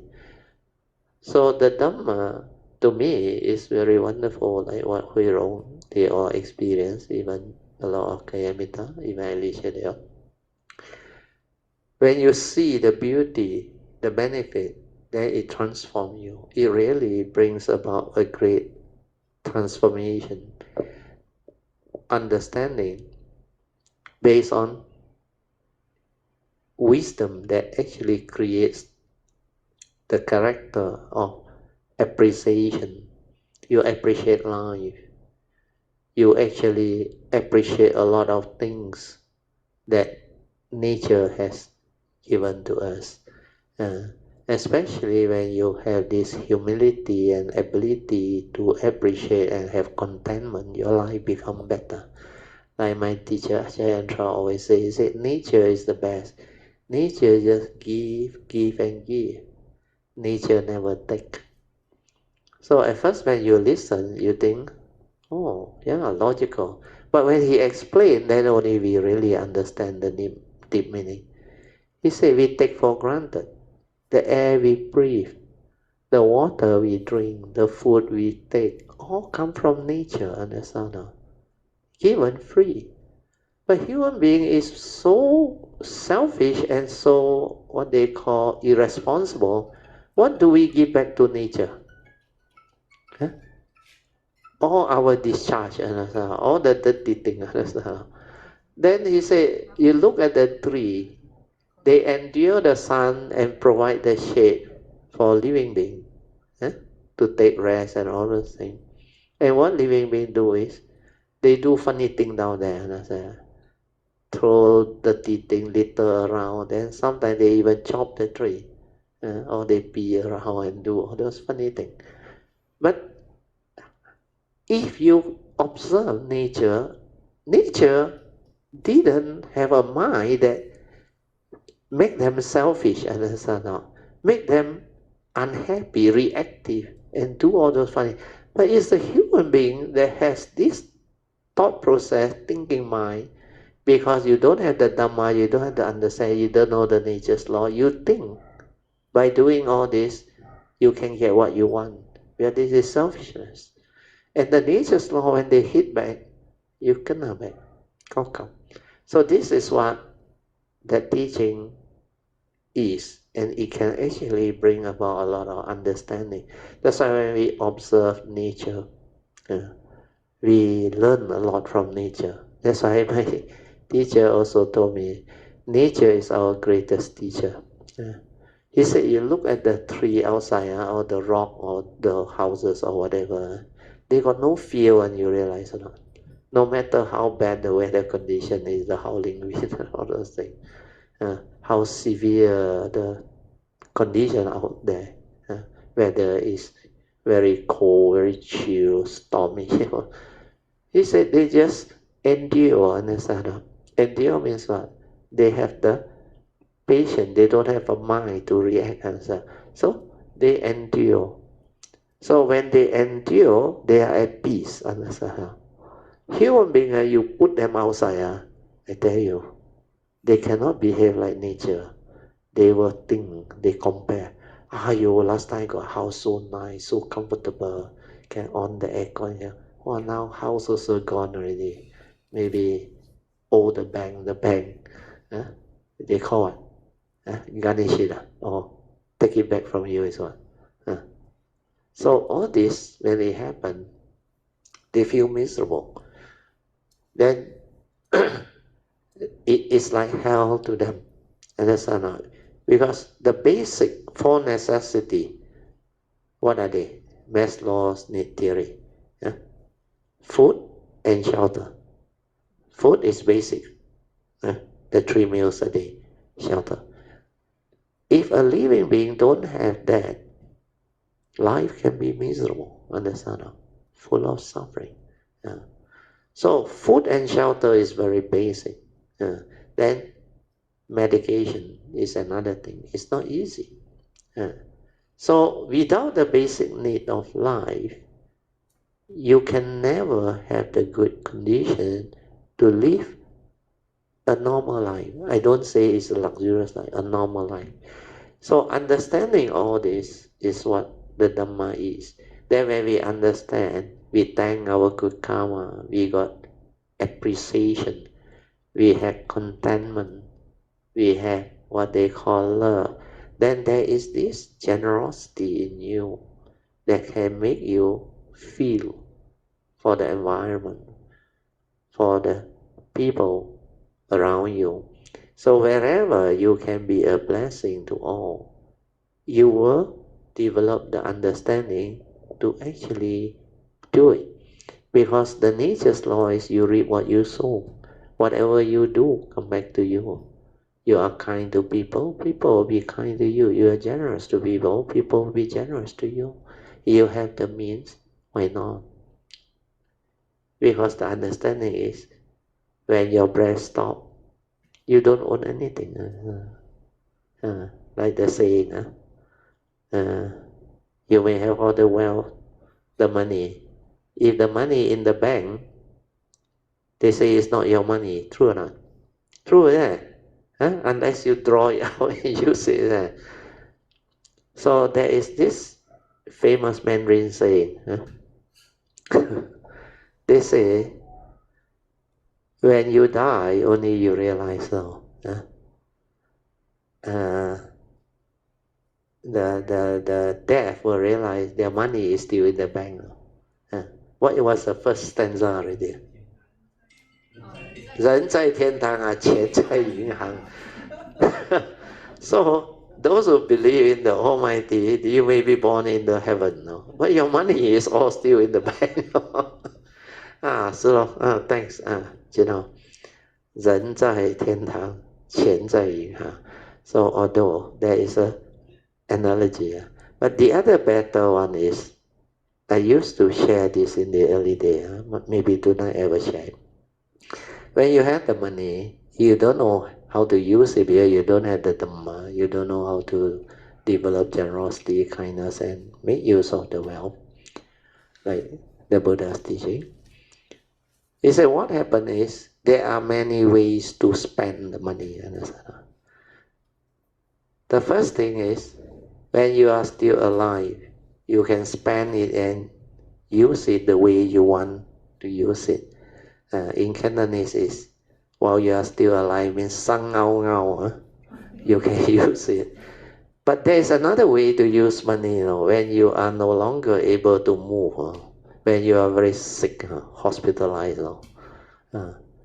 They say in Cantonese, 瞓低嚟用都係用嘅。You lie down and use the money while hospitalized in the hospital with all the disease, the sickness, and all the problem. That is also the way to use money. And that way to use money very fast.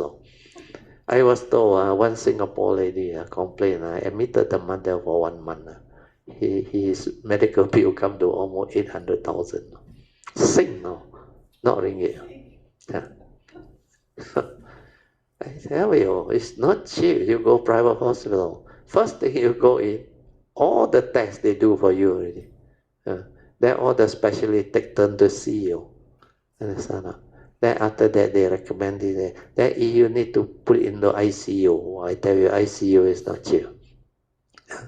ICU is more expensive than the presidential suite in the 5-star hotel. And that one some more, he hook you up with all the tube and all those things, and everyday antibiotic. Every specialist come and see you also take money from you, got bill on. Then medication, everything.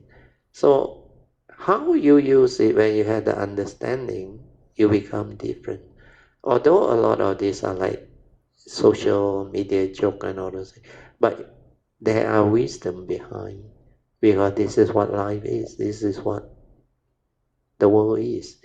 When you don't have the understanding, the Dhamma, you don't know how to live life, and when you don't know how to live life, you really miserable over life. Okay, the time already up. I heard the alarm just now. So we end. So we rejoice. Sadhu, sadhu, sadhu. So like I said today, the sharing different. So this is to benefit Andrew and the people who are new. Maybe YP Chairman Lin Hee Chang. And those who listen to this, I think is useful. Okay, so now we will share merit, transfer merit, then we end. Akasata ca bumata devanaga mahindika punyang tang anumoditwa cirang rakantu loka sasana etawata camehi sampadan punya sampadan sabbe deva anumodantu sabba sampati siddhya idang me nyatidang hotu Sukita hontu nyatayo idang me nyatidang hotu Sukita hontu nyatayo idang me nyatidang hotu Sukita hontu nyatayo ime ina punyang kamena mame bala samagamo satang samagamo hotu Yawa nivana patiya sadhu sadhu sadhu. Okay, you all can pay respect mindfully to Lord Buddha, Guan Yin Bodhisattva, and all the worthy ones. Then we end. Sadhu sadhu sadhu.